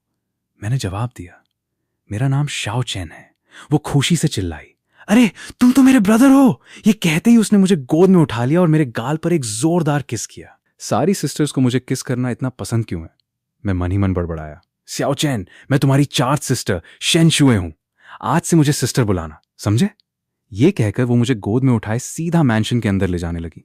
गेट पर खड़े सिक्योरिटी गार्ड्स ने मुझे 4 सिस्टर के साथ देखा तो तुरंत वॉकी टॉकी पर चिल्लाए, यंग मास्टर और 4th मिस घर आ गए हैं। इतना बोलते ही मैंशन के अंदर से लग्जरी कार्स का एक काफिला बाहर निकला। 7 सिस्टर कार से कूदी और भागते हुए मेरे पास आई। उसने मुझे ऊपर से नीचे तक केयरफुली चेक किया और फिर एक गहरी सांस छोड़ी। 4 सिस्टर ने फ्राउन करते हुए कहा, 7 सिस्टर, शाओ चेन तुम्हारे साथ बिल्कुल सेफ नहीं है। आज से मैं इसका ध्यान रखूंगी। 7 सिस्टर ने सिर झुका लिया। ठीक है, मुझे मेरी गलती का एहसास है, अब और मत डांटो मुझे। चार्ट सिस्टर ने भी हार मानकर साई किया। चलो, अपनी गलती मान ली, यही बहुत है। फिर वो तीनों हंसते हुए कोर्टयार्ड की तरफ चलने लगे। लिटिल ब्लैक मुझे वापस आया देखकर खुशी से दौड़ता हुआ आया। चार्ट सिस्टर ने उसे देखकर फ्राउन किया। यहां कुत्ता कहां से आया? क्या ये मेरे शाओ चेन को डराना चाहता है? ये कहते ही उसने एक जोरदार किक मारी और लिटिल ब्लैक हवा में उड़ता हुआ दूर जाकर गिरा। बेचार लिटिल ब्लैक। वो जमीन पर गिरा और मन ही मन अपनी बुरी किस्मत को कोसने लगा। डिनर के टाइम सात सिस्टर ने चार्ट सिस्टर से पूछा, कैपिटल में आजकल क्या चल रहा है? चार्ट सिस्टर ने फ्राउन किया, चॉपस्टिक्स नीचे रखी और बोली, मेजर फैमिलीज में तो सब नॉर्मल है, पर रॉयल फैमिली के अंदर कुछ पॉलिटिकल इश्यूज चल रहे हैं। मुझे ये बोरिंग बातें समझ नहीं आ रही थी, तो मैं चुपके से अपने रूम में भाग आया। कल सात सिस्टर की वजह से मैं अपनी फ्लाइंग सॉर्ड फॉर्ज नहीं कर पाया था। आज तो वो मेरे रूम में नहीं आएगी ना।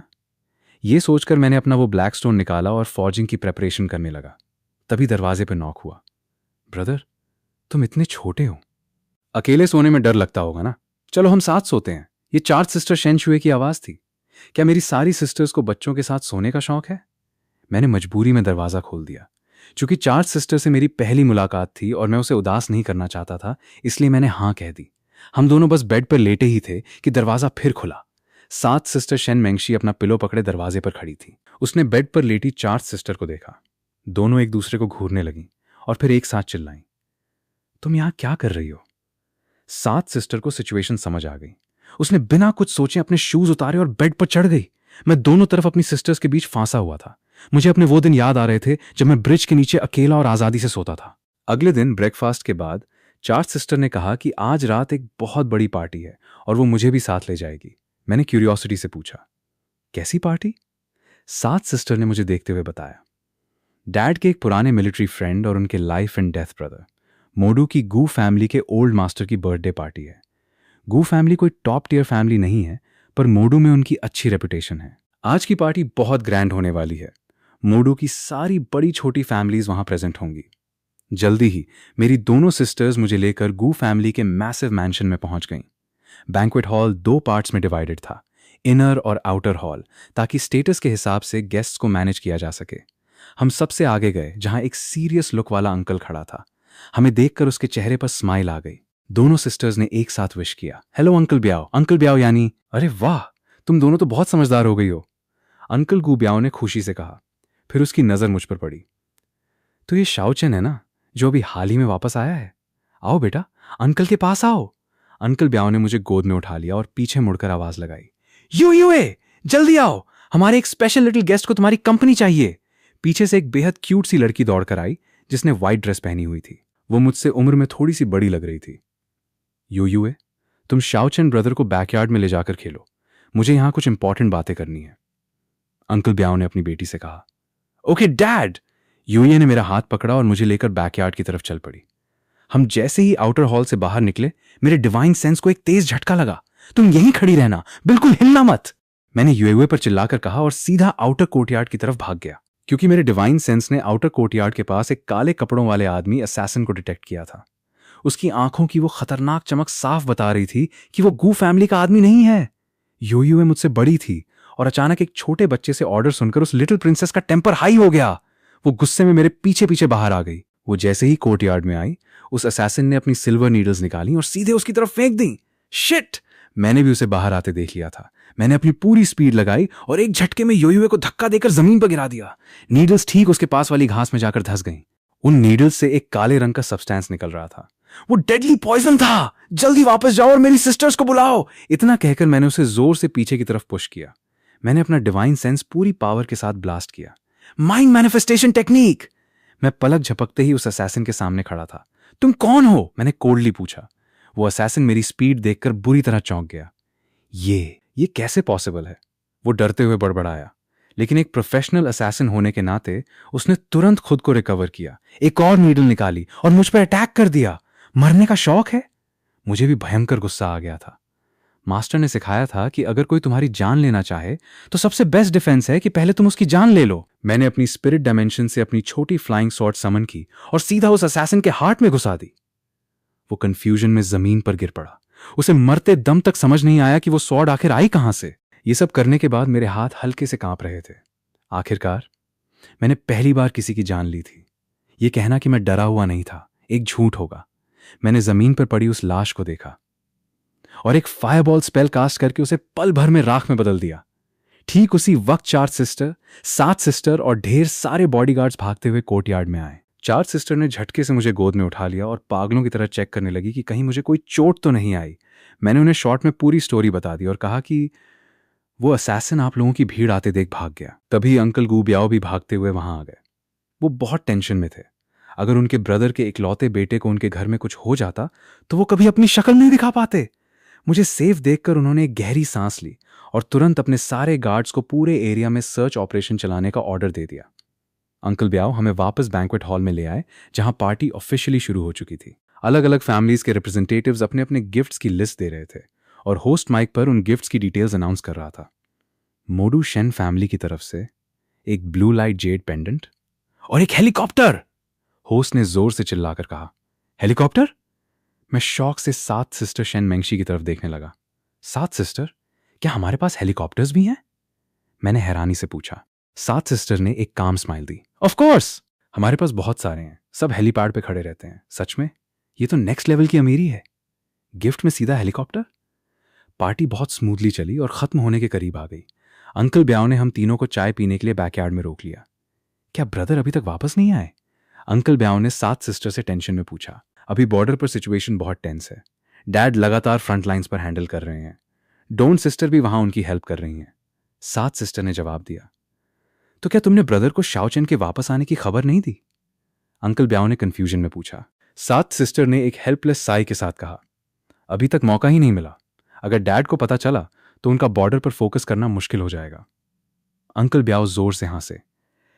कोई बात नहीं, मैं अभी भी एक्शन में आ सकता हूं। अगर जरूरत पड़ी तो मैं बॉर्डर पर चला जाऊंगा और ब्रदर को वापस भेज दूंगा ताकि वो शाओ चेन से मिल सकें। कुछ मजेदार बातों के बाद हम घर वापस जाने के लिए निकले। जाते जाते अंकल ब्याओ ने 7 सिस्टर के कान में फुसफुसाते हुए कहा, तुम्हारे शाओ चेन ने तो हमारी योयुए का दिल ही चुरा लिया है। वो लगातार शाओ चेन के साथ खेलने की जिद कर रही थी। क्या ख्याल है दोनों का बचपन में ही रिश्ता पक्का कर दें? मेरी हियरिंग बहुत शार्प थी, मैंने सब सुन लिया। बाकी लोग इसे मजाक समझ रहे थे पर मैंने इसे बहुत सीरियसली ले लिया। कार में बैठते ही मैं 7 सिस्टर और 4 सिस्टर को रुआनसी आंखों से देखने लगा। मुझे यूएयू से शादी नहीं करनी। मैं और कंट्रोल नहीं कर पाया और चिल्ला पड़ा।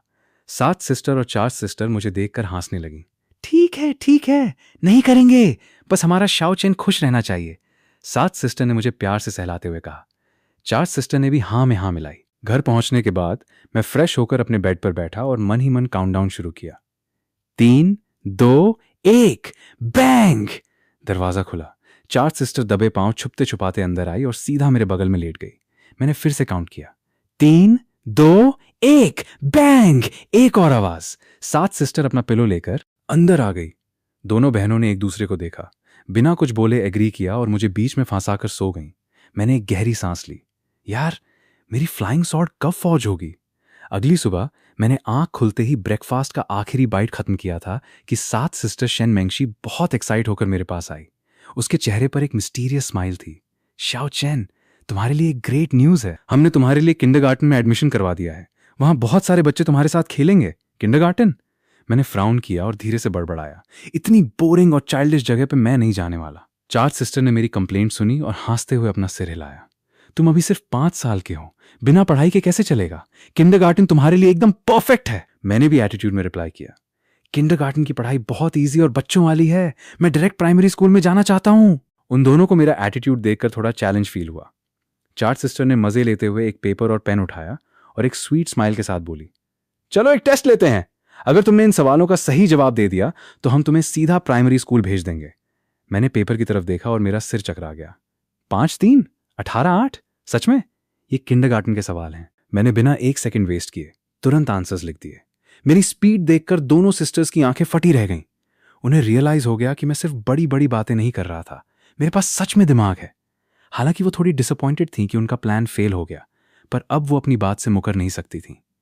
4 सिस्टर ने हार मानते हुए साई किया। ठीक है, हम तुम्हारे प्राइमरी स्कूल के एडमिशन पेपर्स रेडी कर देंगे। सेशन स्टार्ट होते ही तुम्हें स्कूल भेज देंगे। दोपहर में दोनों सिस्टर्स ने कहा कि वो मुझे अम्यूजमेंट पार्क ले जाना चाहती हैं। उनका बोरिंग सैंड प्लेइंग प्लान। लेकिन जब हम वहां पहुंचे तो मेरे सामने कुछ और ही नजारा था। Drop tower, roller coaster, big pendulum. एक से बढ़कर एक हार्डकोर एक्सट्रीम राइड्स। मैं एक सेकंड के लिए सुन्न रह गया।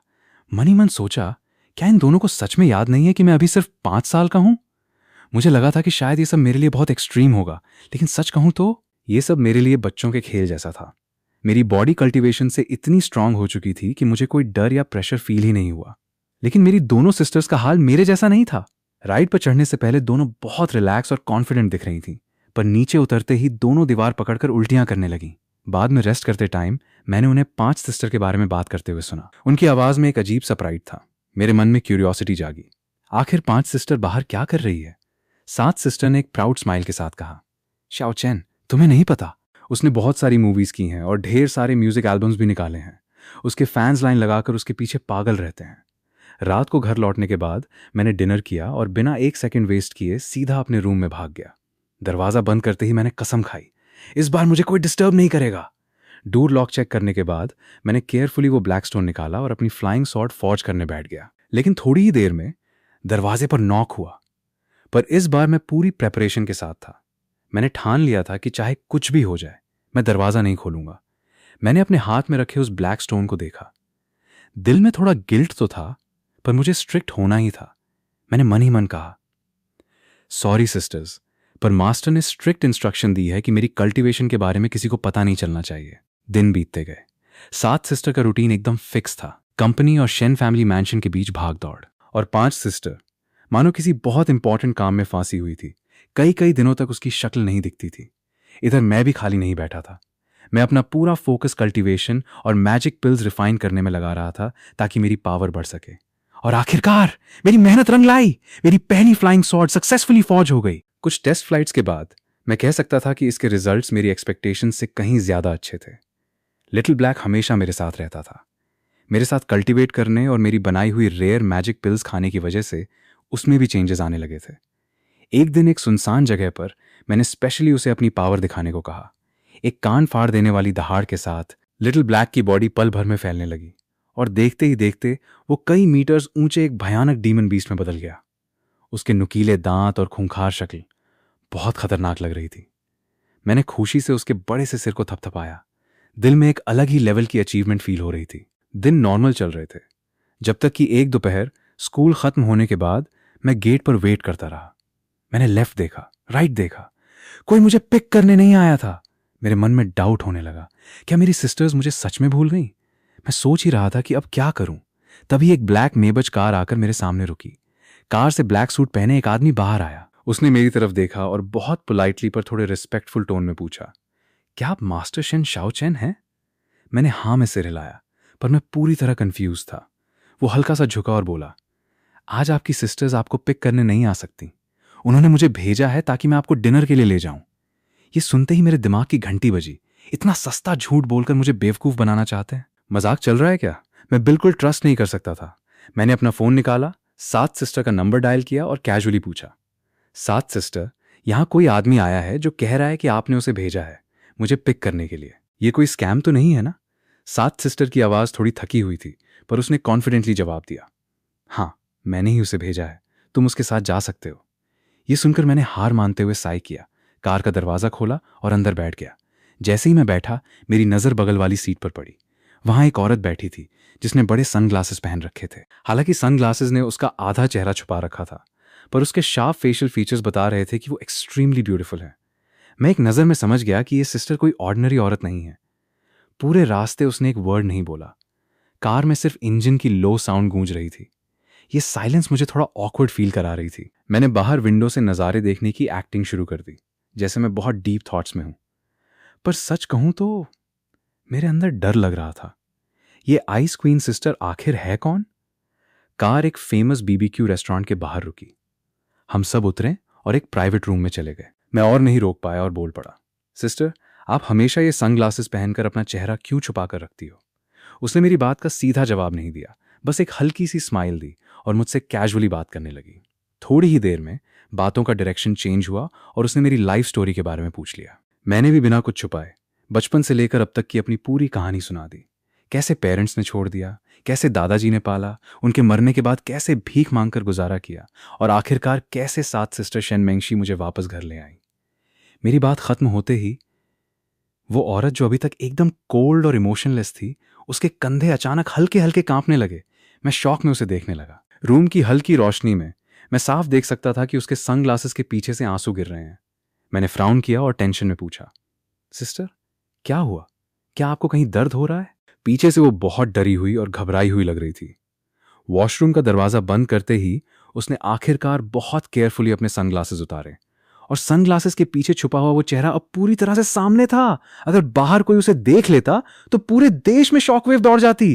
ये औरत कोई और नहीं, हुआक्सिया चाइना की सबसे फेमस टॉप सुपरस्टार शेन डुओडुओ थी, और यही मेरी पांचत सिस्टर भी थी। उसने शीशे में खुद को देखा, एक गहरी सांस ली और अपने अंदर चल रहे इमोशंस के तूफान को जबरदस्ती दबाने की कोशिश की।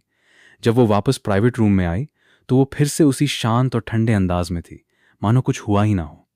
डिनर खत्म होने के बाद ड्राइवर ने हमें घर छोड़ा, लेकिन जब कार रुकी, पांचत सिस्टर शेन डुओडियो मेरे साथ कार से नहीं उतरी। उसने धीमी आवाज में बॉडीगार्ड्स को ऑर्डर दिया कि मुझे सेफ अंदर तक छोड़ाएं। वो खुद चुपचाप कार में ही बैठी रही।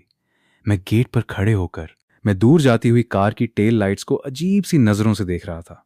उसी टाइम कार के अंदर एक भारी सन्नाटा था। आखिरकार ड्राइवर से रहा नहीं गया और उसने पूछ ही लिया, मिस, आपने यंग मास्टर को अपनी आइडेंटिटी क्यों नहीं बताई? शेन डुओडुओ कुछ देर चुप रही और फिर उसकी आंखों में वो ठंडक आ गई जो खून भी जमा दे। अभी सही वक्त नहीं है। मेरे लिटिल ब्रदर ने 5 साल बाहर भटक कर गुजारे हैं। कुछ दिनों बाद उसका बर्थडे है। घर लौटने के बाद उसका पहला बर्थडे।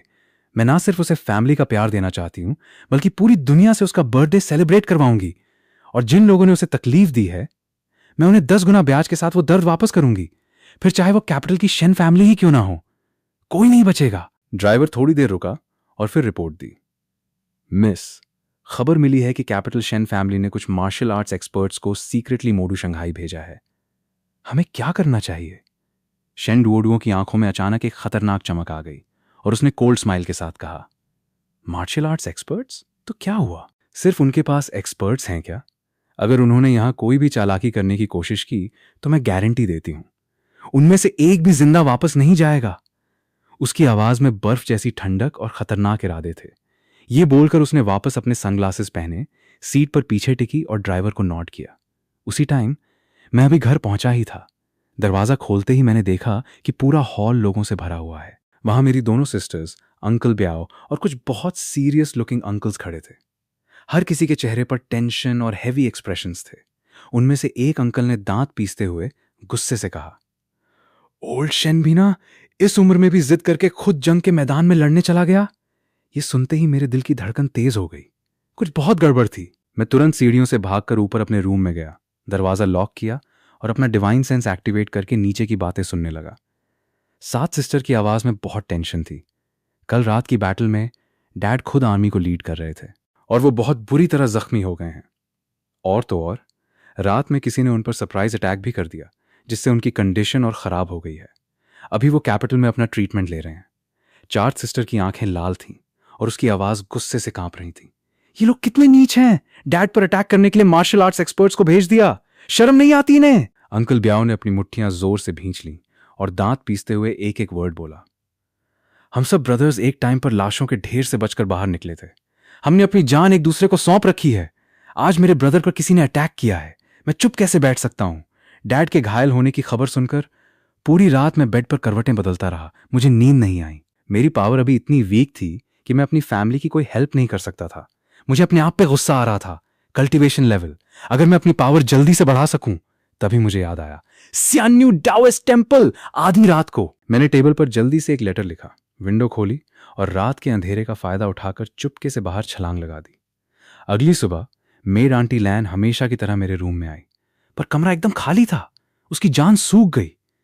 वो पागलों की तरह मुझे पूरे घर में ढूंढने लगी। तभी उसकी नजर टेबल पर रखे उस लेटर पर पड़ी। लेटर देखते ही उसका चेहरा सफेद पड़ गया और वो भागकर सीधे 7 सिस्टर के पास गई। 7 सिस्टर शेन मेंगशी ने कांपते हाथों से लेटर खोला। लेटर की हैंडराइटिंग बच्चों वाली थी, पर टोन एकदम रिलैक्स था। सिस्टर, मैं अपने फ्रेंड्स के साथ खेलने जा रहा हूं, टेंशन मत लेना, शाम तक वापस आ जाऊंगा। 7 सिस्टर ने कुछ सेकंड्स तक लेटर को घूरा। उसके चेहरे पर कोई रिलीफ नहीं था। उसने दबी आवाज में बड़बड़ाया, टेंशन मत लेना, मेरा दिमाग खराब है क्या? उसी टाइम मैं शियान्यू डाओइस्ट टेम्पल पहुंच चुका था। अंदर घुसते ही मुझे वही चालाक सा दिखने वाला ओल्ड प्रीस्ट नजर आया। मैं दौड़कर उसके पास गया। प्रीस्ट जी, क्या आप मुझे बता सकते हैं कि असली डाओइस्ट शियान्यू का पिल फर्नेस कहाँ है? उस ओल्ड प्रीस्ट ने अपनी आईब्रोज उठाई और मुझे शक की नजरों से घूरते हुए बोला, क्या तुमने पिछली बार उसे मुझसे नहीं खरीदा था? यह सुनकर मैंने धीरे से अपना सिर हिलाया और सीरियस टोन में एक्सप्लेन किया, मजाक मत कीजिए, वो तो बस एक फेक कॉपी थी। असली पिल फर्नेस कहाँ है? प्लीज मुझे बता दीजिए। ओल्ड प्रीस्ट ने अपनी आंखें सिकोड़ी और ऐसे सिर हिलाया जैसे उसने कुछ सुना ही ना हो। मैंने हार नहीं मानी। तुरंत अपनी पॉकेट से 5,000 कैश निकाला।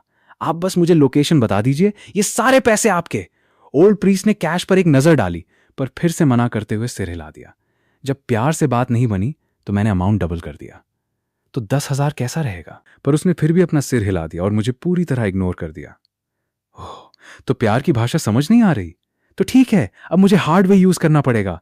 मैंने एक जोरदार हम्फ किया और अपनी बॉडी से क्यू एनर्जी का ब्लास्ट बाहर रिलीज किया। उस पावरफुल एनर्जी वेव से जमीन की धूल हवा में उड़ने लगी। ओल्ड प्रीस्ट का चेहरा एक सेकंड में सफेद पड़ गया और उसके बाद वो बुरी तरह पैनिक कर गया।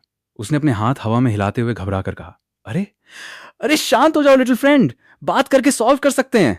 उसका एटीट्यूड बदलता देख मैंने अपना ऑरा वापस खींच लिया और अपनी जगह खड़ा रहा।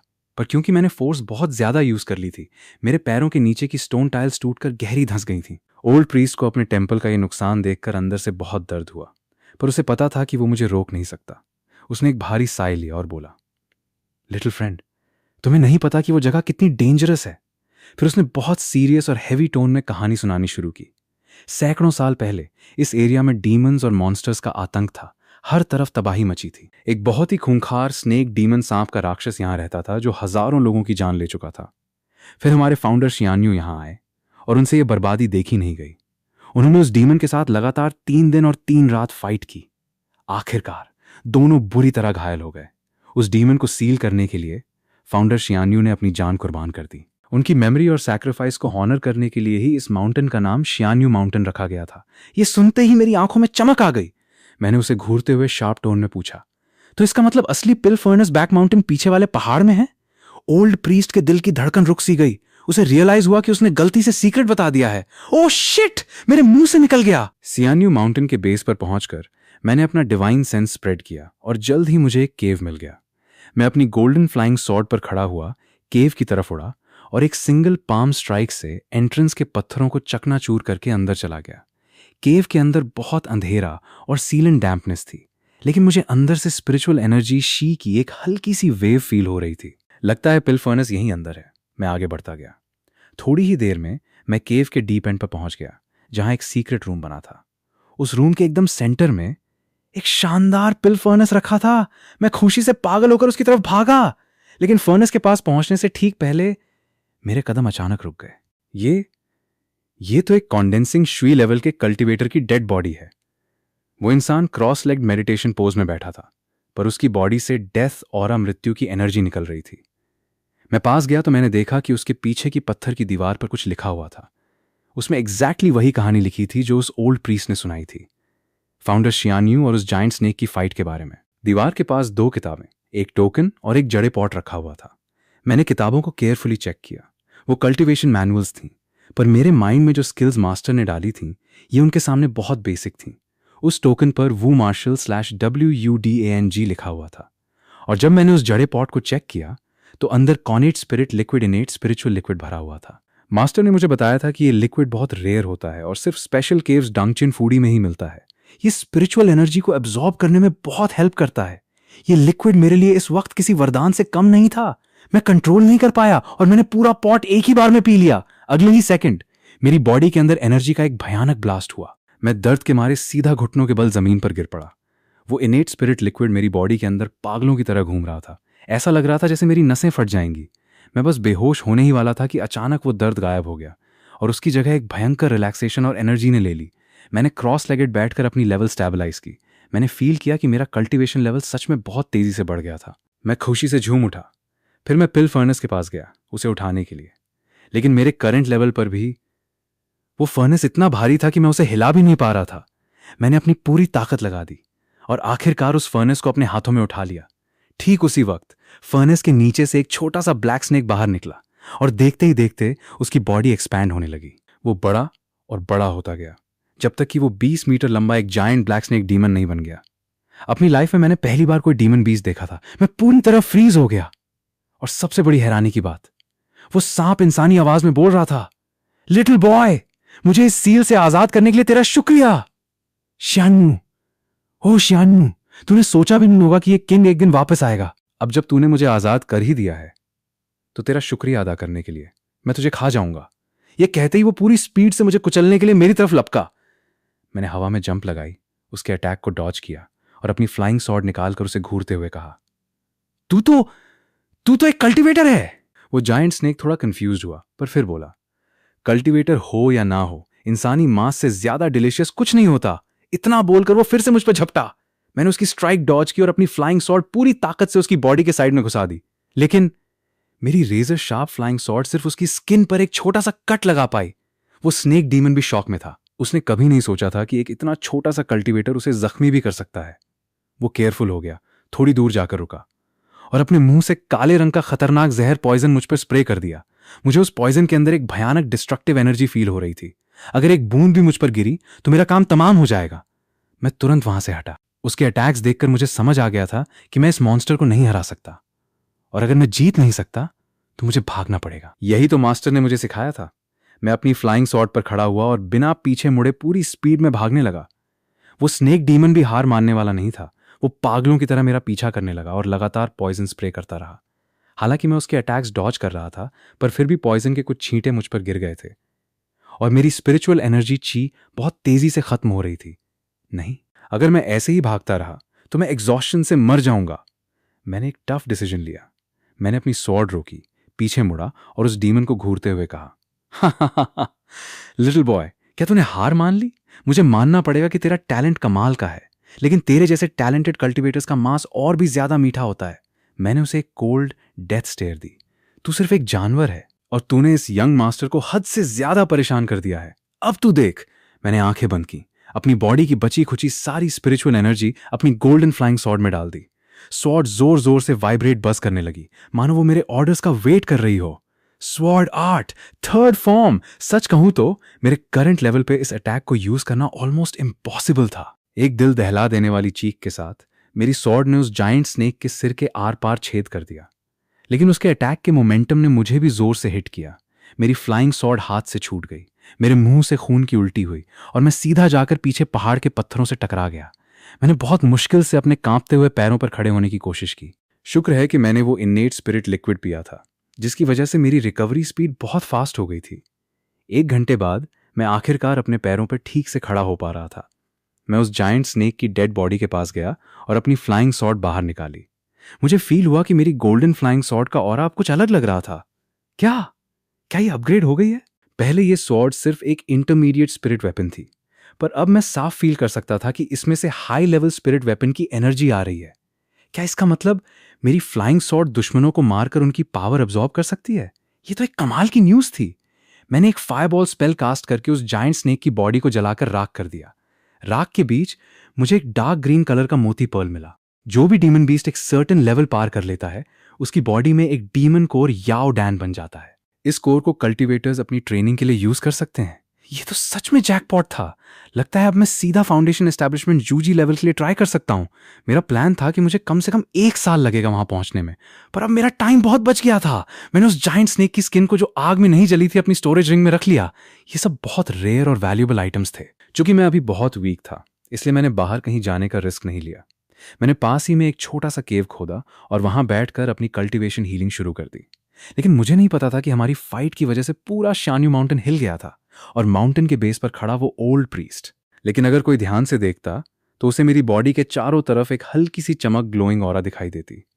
मैं बस घर वापस लौटने ही वाला था, तभी अचानक आसमान में काले बादल छा गए और बिजलियां कड़कने लगीं। ये क्या? ये तो हेवनली ट्रिबुलेशन, थंडर ट्रिबुलेशन जैसा लग रहा है। लेकिन मास्टर ने तो कहा था कि ट्रिबुलेशन सिर्फ गोल्डन कोर जिनडैन लेवल पे आता है। मैं ये सोच ही रहा था कि अचानक एक भयानक काली बिजली, ब्लैक लाइटनिंग सीधा मेरे सिर पे आकर गिरी। What the F! और मैं वहीं बेहोश हो गया। दोपहर के वक्त मैं अपना फटा हुआ सिर पकड़े भारी कदमों से घर की तरफ जा रहा था। मेरा पूरा मूड खराब हो चुका था। उसी टाइम शेन फैमिली मैंशन में 7 सिस्टर शेन मैंगशी की आंखें रो रो कर सूज चुकी थीं।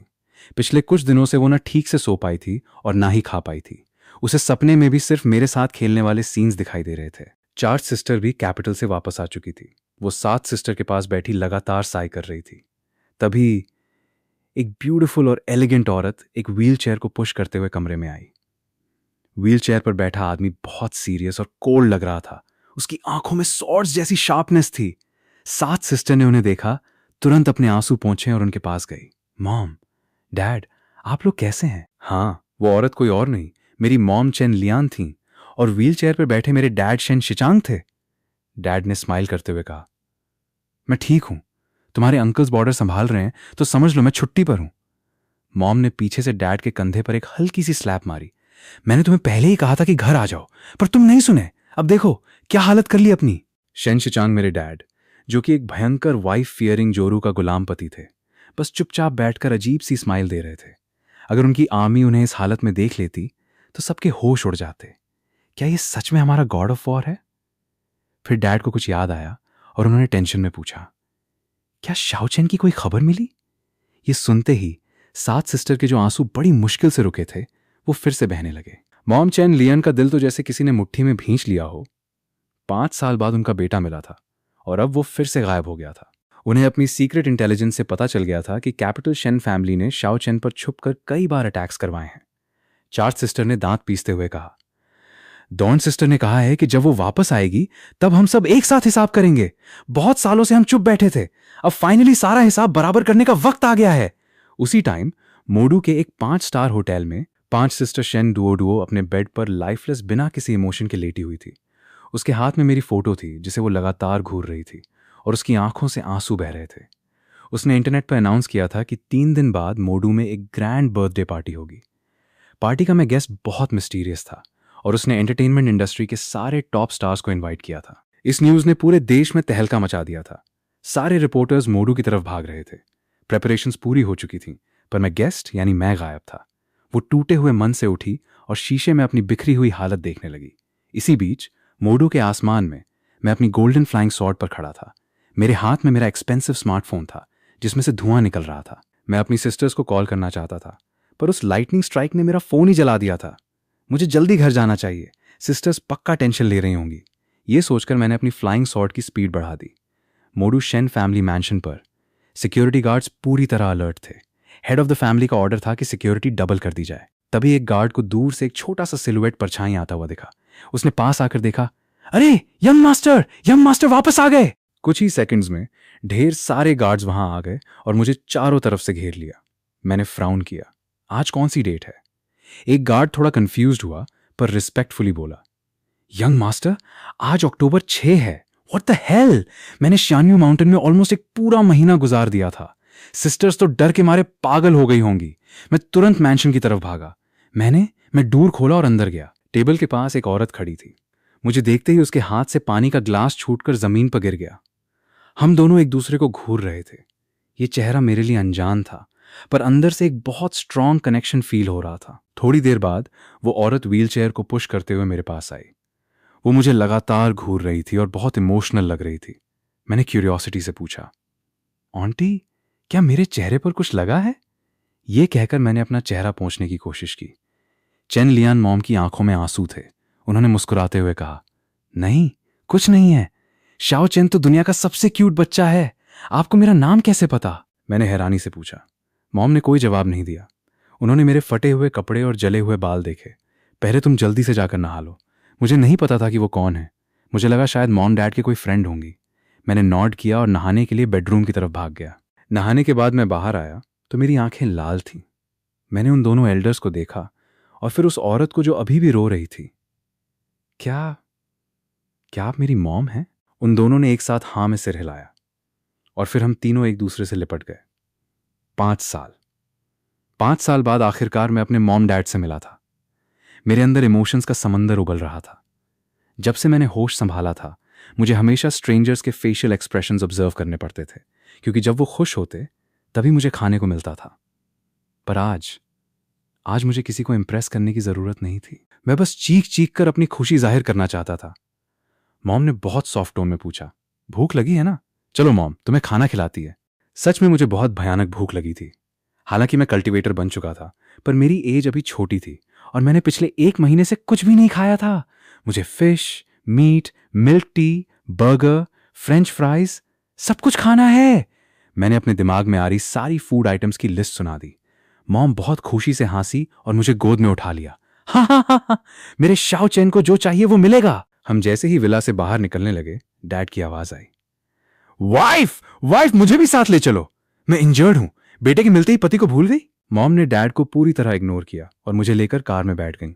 डैड शेन शिचांग को भी डर था कि कहीं मॉम सच में उन्हें छोड़कर ना चली जाएं।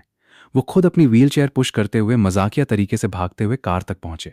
आखिरकार सिक्योरिटी गार्ड्स की हेल्प से उन्हें कार में बिठाया गया। कार में बैठते ही डैड ने मॉम को पपी आइज से देखा। मॉम ने उन्हें एक डेथ ग्लेयर दी। आज रात तुम सोफा पर सोओगे। मैं अपने बेटे के साथ सोऊंगी। डैड शॉक में आ गए। नो वे वाइफ, मैं इंजर्ड हूं, हम तीनों साथ में सोते हैं ना। उन्हें नहीं पता था कि मेरे दिमाग में क्या चल रहा था। पहले 7 सिस्टर, फिर 4 सिस्टर, फिर 7 सिस्टर, और अब मॉम डैड भी मेरे साथ सोना चाहते हैं। मुझे पता था कि प्रोटेस्ट करने का कोई फायदा नहीं, तो मैंने बस चुपचाप उन्हें लड़ते हुए देखा। डैड के वुंडेड पैरों को देखकर क्या डैड सच में इंजर्ड हैं या सिर्फ एक्टिंग कर रहे हैं? मैं डाउट में डैड को देखने लगा। मॉल पहुंचकर हमने फूड कोर्ट में खाना खाया। उसके बाद मॉम मुझे गोद में उठाकर शॉपिंग के लिए ले गई और डैड अपनी व्हीलचेयर खुद पुश करते हुए हमारे पीछे आ रहे थे। मुझे लगा कि मॉम पूरा किड सेक्शन ही खरीद लेंगी। उनके हाथ 1 सेकंड के लिए नहीं रुके। पीछे खड़े सेल्समैन का मुंह खुशी के मारे कान तक फट रहा था। मॉम ने जितनी ड्रेसेस सेलेक्ट की, स्टोर ने वो सब फ्री डिलीवरी के साथ घर भिजवाने का प्रॉमिस किया।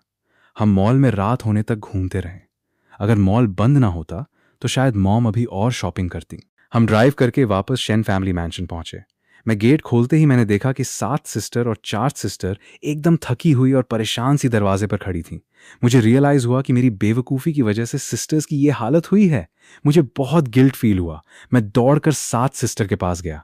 सिस्टर, आई एम सॉरी, अब से मैं कभी भाग कर नहीं जाऊंगा। 7 सिस्टर की आंखों में आखिरकार लाइफ वापस आई।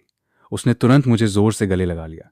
यू स्टूपिड ब्रदर, तुझे पता भी है मैं कितना डर गई थी। ये बोलते बोलते उसकी आंखें फिर से लाल हो गईं। मॉम डैड भी पास आ गए और हंसते हुए हम तीनों को देखने लगे। फिर हम सब साथ में अंदर गए। रात को सोते टाइम मैंने जिद की कि मुझे अकेले सोना है।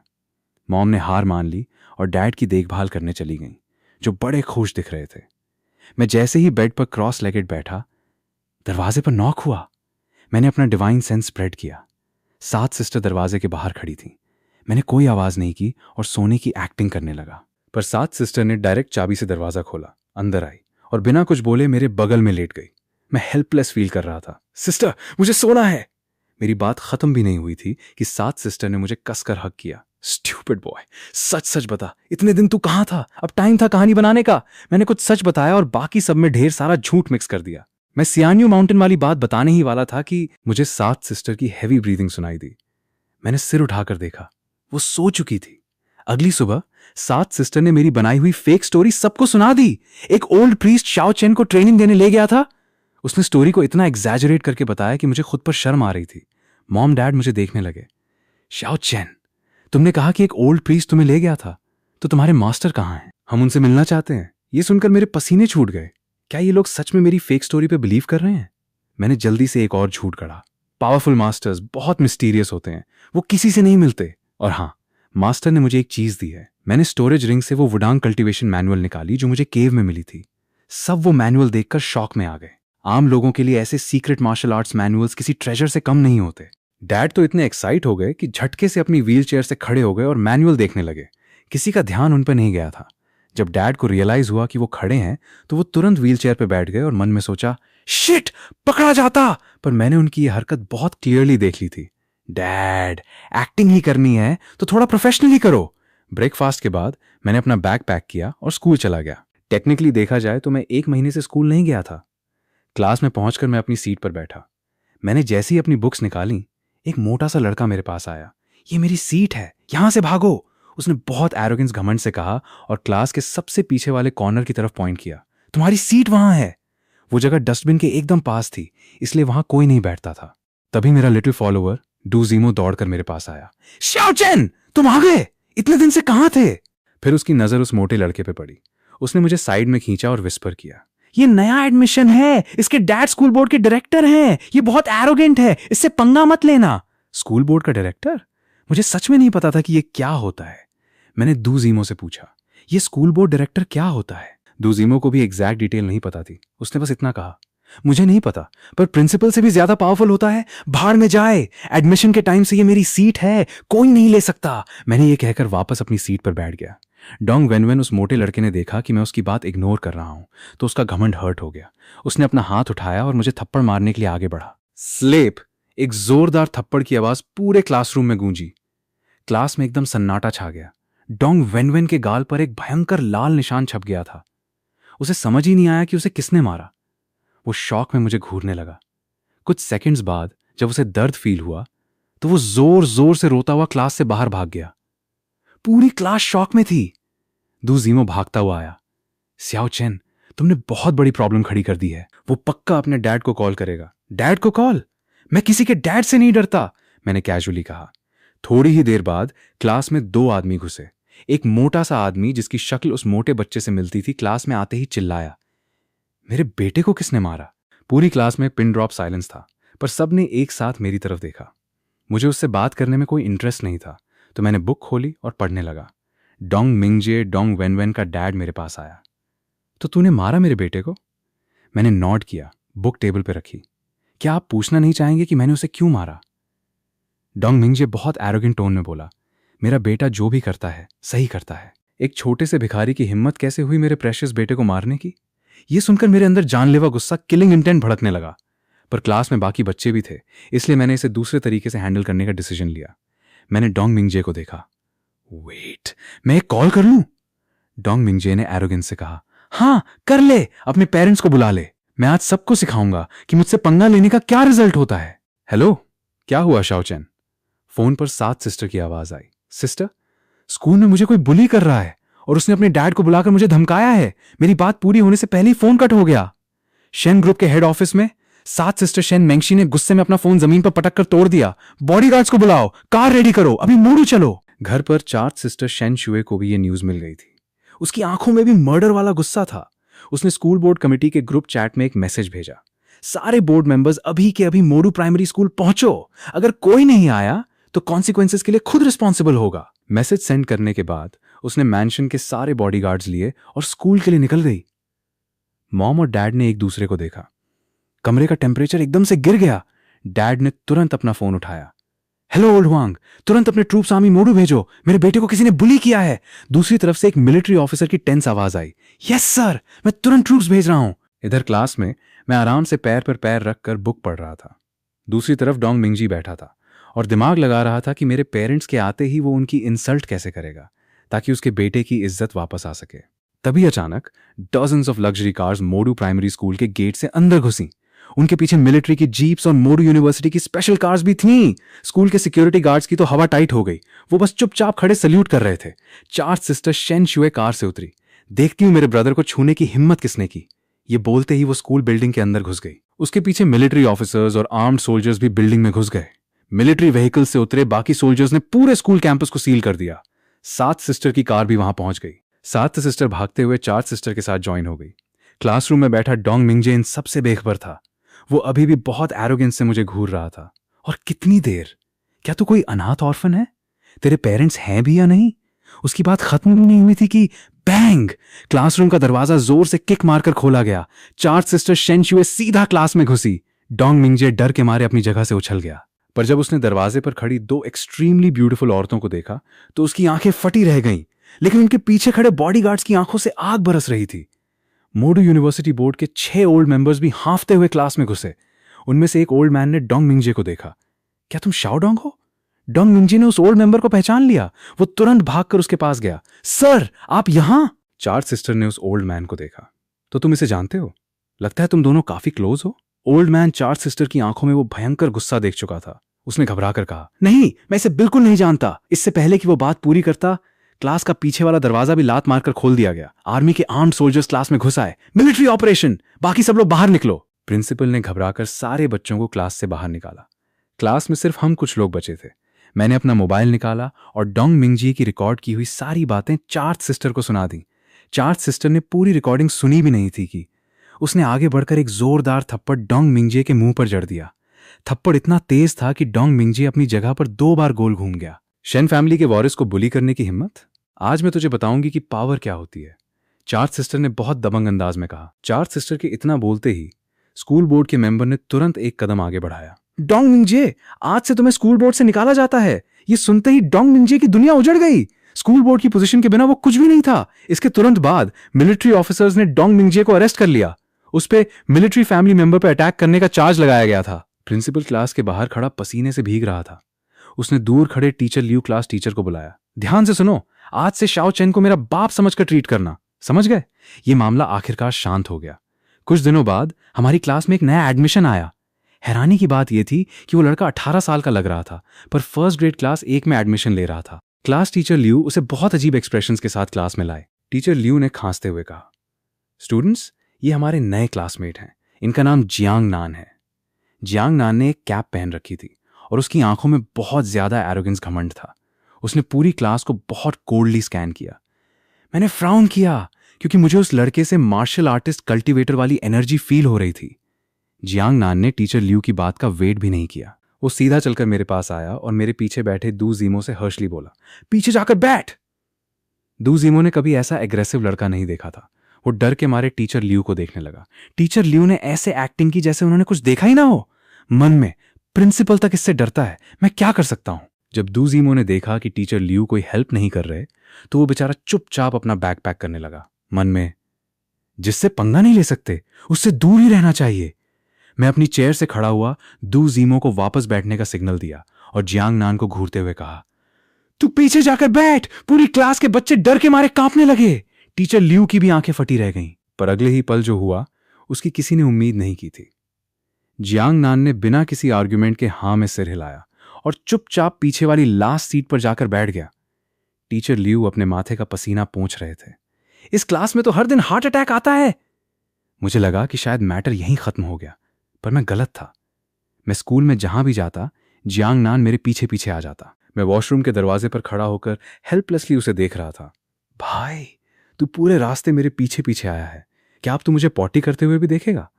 उसने कोई जवाब नहीं दिया। मैं जैसे ही स्क्वाट करने बैठने वाला था, ये जियांग नान आखिरकार मेरे पास आकर बैठ ही गया। वॉशरूम से बाहर आते ही मैंने उसे खींचा और एक सुनसान जगह ले गया। सच सच बता, क्या तुझे मेरी डॉन सिस्टर ने भेजा है? यह गेस करना बहुत ईजी था। एक 18 साल का लड़का एक स्टोन ग्रेड में, जो मेरे पीछे ऐसे चिपका हुआ है जैसे कोई फेविकोल।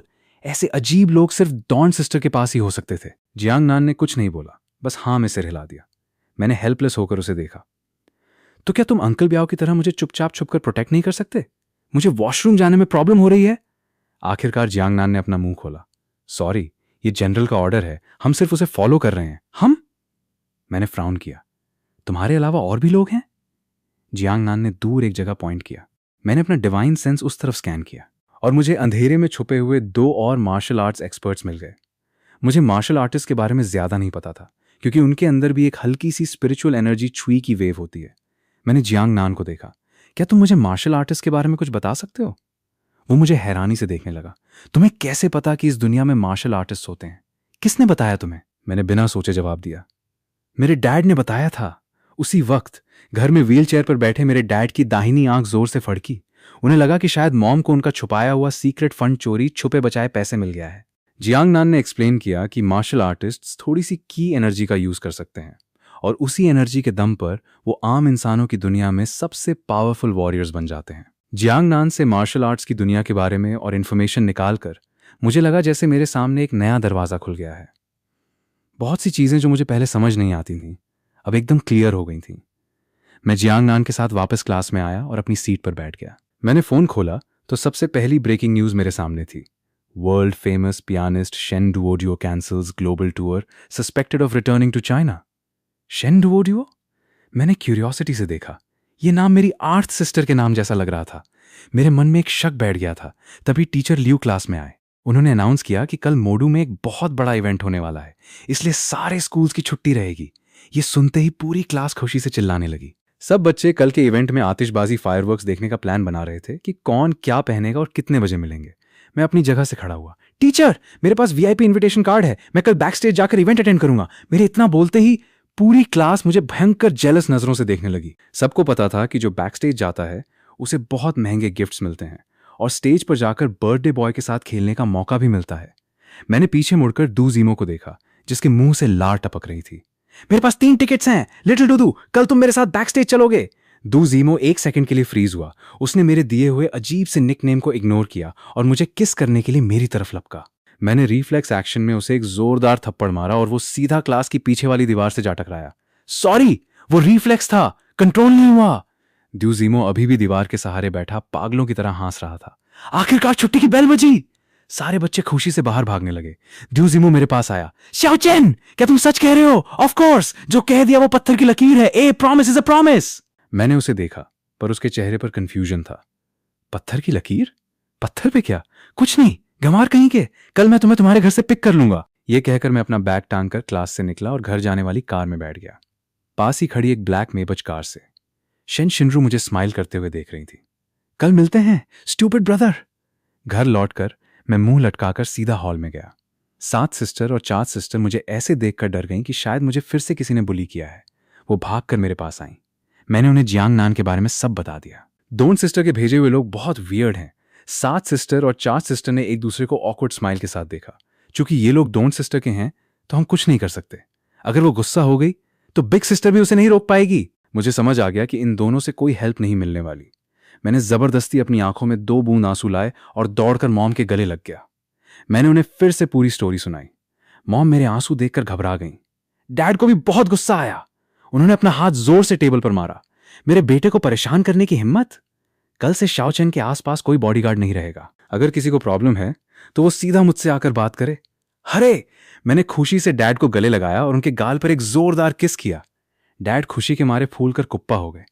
आर्मी में बैटल्स लीड करके भी उन्हें इतनी खुशी नहीं मिली थी। 7 सिस्टर ने एक कोल्ड स्माइल दी, फोन निकाला और सीधा डॉन सिस्टर को कॉल लगा दिया। उसने डैड की कही हुई हर एक बात डॉन सिस्टर को सुना दी। कॉल पर डॉन सिस्टर लगातार अपनी टेबल पर फिंगर्स से थुड़ थुड़ कर रही थी। उस आवाज से 7 सिस्टर के भी रोंगटे खड़े हो रहे थे। थोड़ी देर बाद डॉन सिस्टर ने एक ठंडी सांस छोड़ी। फाइन, शाओचेन को जो अच्छा लगता है करने दो, उसकी खुशी ज्यादा इंपॉर्टेंट है। 7 सिस्टर ने रिलीफ की सांस ली। शुक्र है दोनों में झगड़ा नहीं हुआ। मैंने डॉन सिस्टर की बात सुन ली थी। मैं खुशी से उछलता हुआ 7 सिस्टर के पास गया। क्या कल हम सब साथ में जाएंगे? 7 सिस्टर ने एक mysterious smile the. Of course, हम पूरी फैमिली साथ में सेलिब्रेट करेंगे। That's awesome. मैं एक्साइटमेंट में उछलने लगा। मुझे कल के इवेंट का बेसब्री से इंतजार था। पर तभी मुझे एक बात याद आई। 7 सिस्टर, मेरे पास तो सिर्फ 3 टिकट्स हैं। एक मैंने डूडू को दे दी, बाकी 2 आप और 4 सिस्टर के लिए हैं। तो मॉम डैड अंदर कैसे जाएंगे? 7 सिस्टर हंसने लगी। टेंशन मत लो, शेन फैमिली इस ग्रैंड इवेंट के मैं ऑर्गेनाइजर्स में से एक है। मॉम डैड को टिकट्स की जरूरत नहीं पड़ेगी। Wow, seriously? आज तो जैसे गुड न्यूज की बारिश हो रही थी। उसी टाइम पूरा मोडू शहर एक और ब्रेकिंग न्यूज से हिल चुका था। World top piano goddess Shen Duoduo कल मोडू के इस बर्थडे इवेंट में परफॉर्म करने वाली थी और ढेर सारे टॉप सेलिब्रिटीज भी मोडू पहुंच चुके थे। मोडू मिलिट्री और पुलिस डिपार्टमेंट ने वेन्यू की सिक्योरिटी के लिए भारी फोर्स लगा दी थी। पूरे शहर के top fashion designers, makeup artists और शेफ्स कल के ग्रैंड इवेंट की तैयारियों में पागलों की तरह लगे हुए थे। आखिरकार मीडिया को हिंट मिल गया था कि कल जिसका बर्थडे है वो एक छोटा बच्चा है। अगले दिन सुबह मैं बहुत एक्साइटेड होकर लिविंग रूम में खड़ा था। मुझे लगा था कि मॉम डैड मुझे मेरा बर्थडे गिफ्ट देंगे। बचपन से मैंने कभी अपना बर्थडे सेलिब्रेट नहीं किया था। पहले तो पेट भर खाना मिल जाना ही मेरे लिए सबसे बड़ी खुशी होती थी। बर्थडे का तो कॉन्सेप्ट ही मुझे नहीं पता था। पर कल डूडू ने मुझे बताया था कि बर्थडेज पर फैमिली गिफ्ट्स और नए कपड़े देती हैं। पर यहां कोई कुछ कर ही नहीं रहा था। मैं टेंशन में लिविंग रूम में गोल गोल घूमने लगा। ऊपर फ्लोर से डैड मुझे तवे पे बैठे हुए मेढक की तरह फुदकता हुआ देखकर हंस रहे थे। उन्होंने मॉम से कहा, देखो उसे कितना इम्पेशेंट हो रहा है। मॉम थोड़ी टेंशन में थी। क्या हमारे ऐसे करने से शाओचेन सच में गुस्सा तो नहीं हो जाएगा? मुझसे आखिरकार रुका नहीं गया। मैं रुआंसी शक्ल बनाकर 7 सिस्टर के पास गया। सिस्टर, क्या आपको पता है आज क्या स्पेशल है? 7 सिस्टर ने बहुत कैजुअली अपनी चाय पी। हाँ, आज तुम्हारा बर्थडे है। तो क्या? मैं उम्मीद भरी नजरों से उसे देखने लगा, मानो वो अभी कुछ सरप्राइज देगी। ओह, उसने ऐसा रिएक्ट किया जैसे उसे अभी कुछ याद आया हो।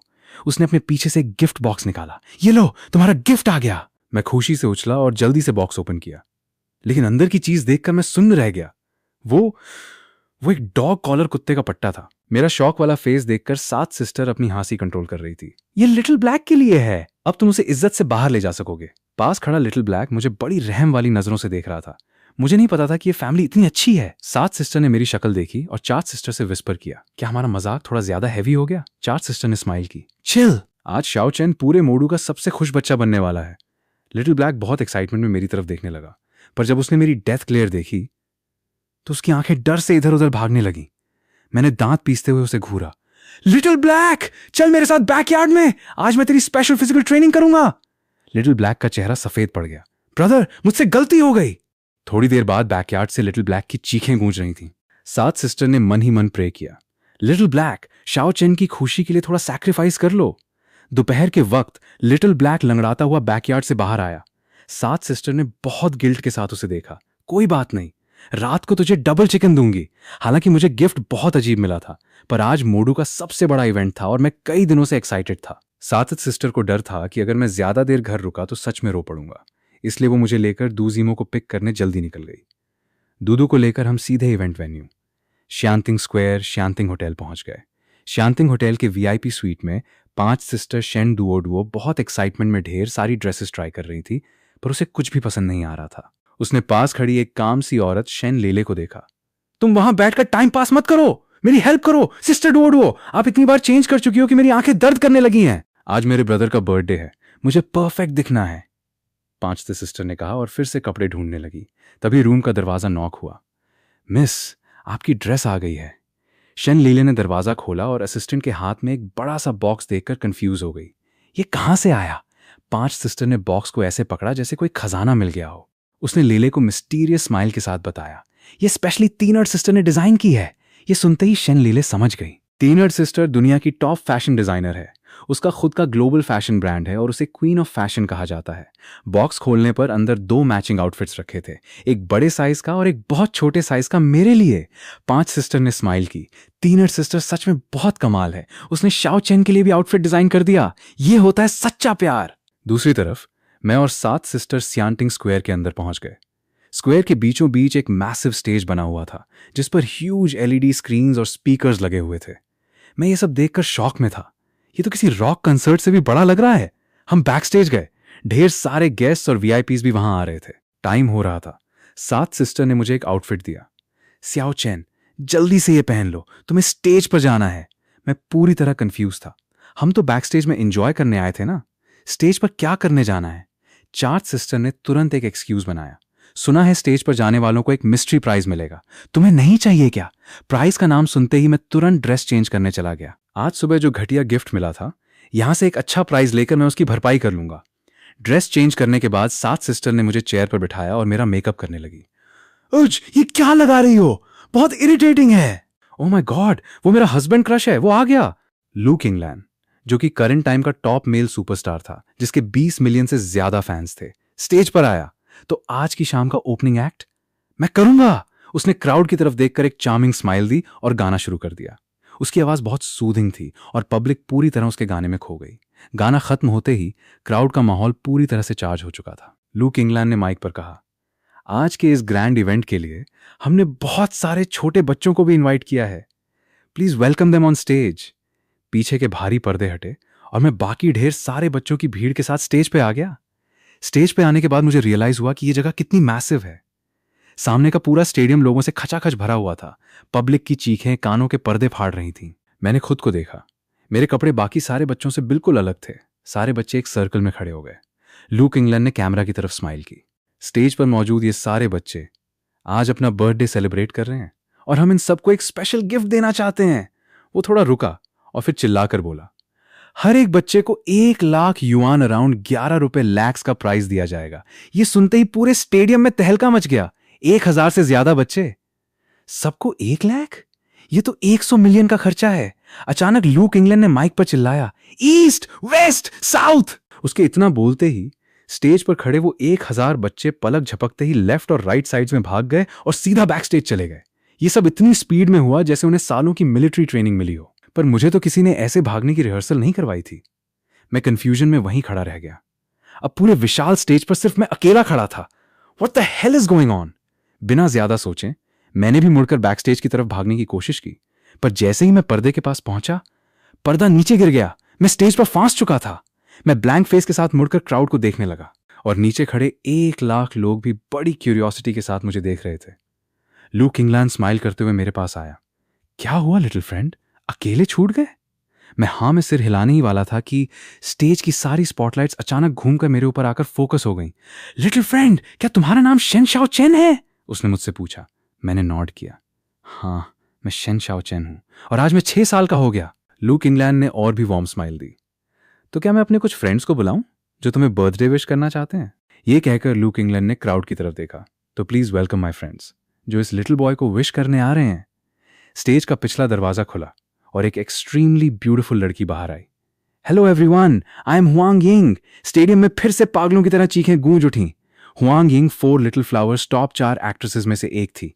उसके पीछे से 3 और गॉर्जियस लड़कियां आईं। Hello, I am Du Qishu. Hello, I am Xia Tiange. Hello, I am An Yue. चारों टॉप एक्ट्रेसेस स्टेज पर एक साथ खड़ी थीं।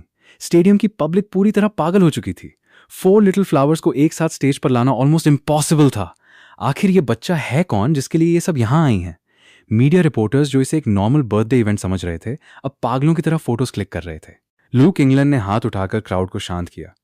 काम डाउन, अभी कुछ और फ्रेंड्स भी आने बाकी हैं। स्टेज फिर से खुला और 2 बहुत हैंडसम लड़के बाहर आए। Hello everyone, I am Zeel वाचवान। Hello, I am Wang Hiang. अब स्टेडियम में लड़कियों की चीखें गूंज रही थीं। एज, मेरे हस्बैंड, मेरे तीनों हस्बैंड्स एक साथ आ गए। रिपोर्टर्स के कैमरास के शटर बिना रुके चल रहे थे। उनके बॉसेस के कॉल्स आ चुके थे। जब तक कैमरा से धुआं ना निकले तब तक फोटो क्लिक करना बंद मत करना। तभी स्टेज के सेंटर में एक सर्कुलर लिफ्ट ऊपर की तरफ आने लगी जिसपे 4 बेहद खूबसूरत लड़कियों की परछाइयां दिखाई दे रही थीं।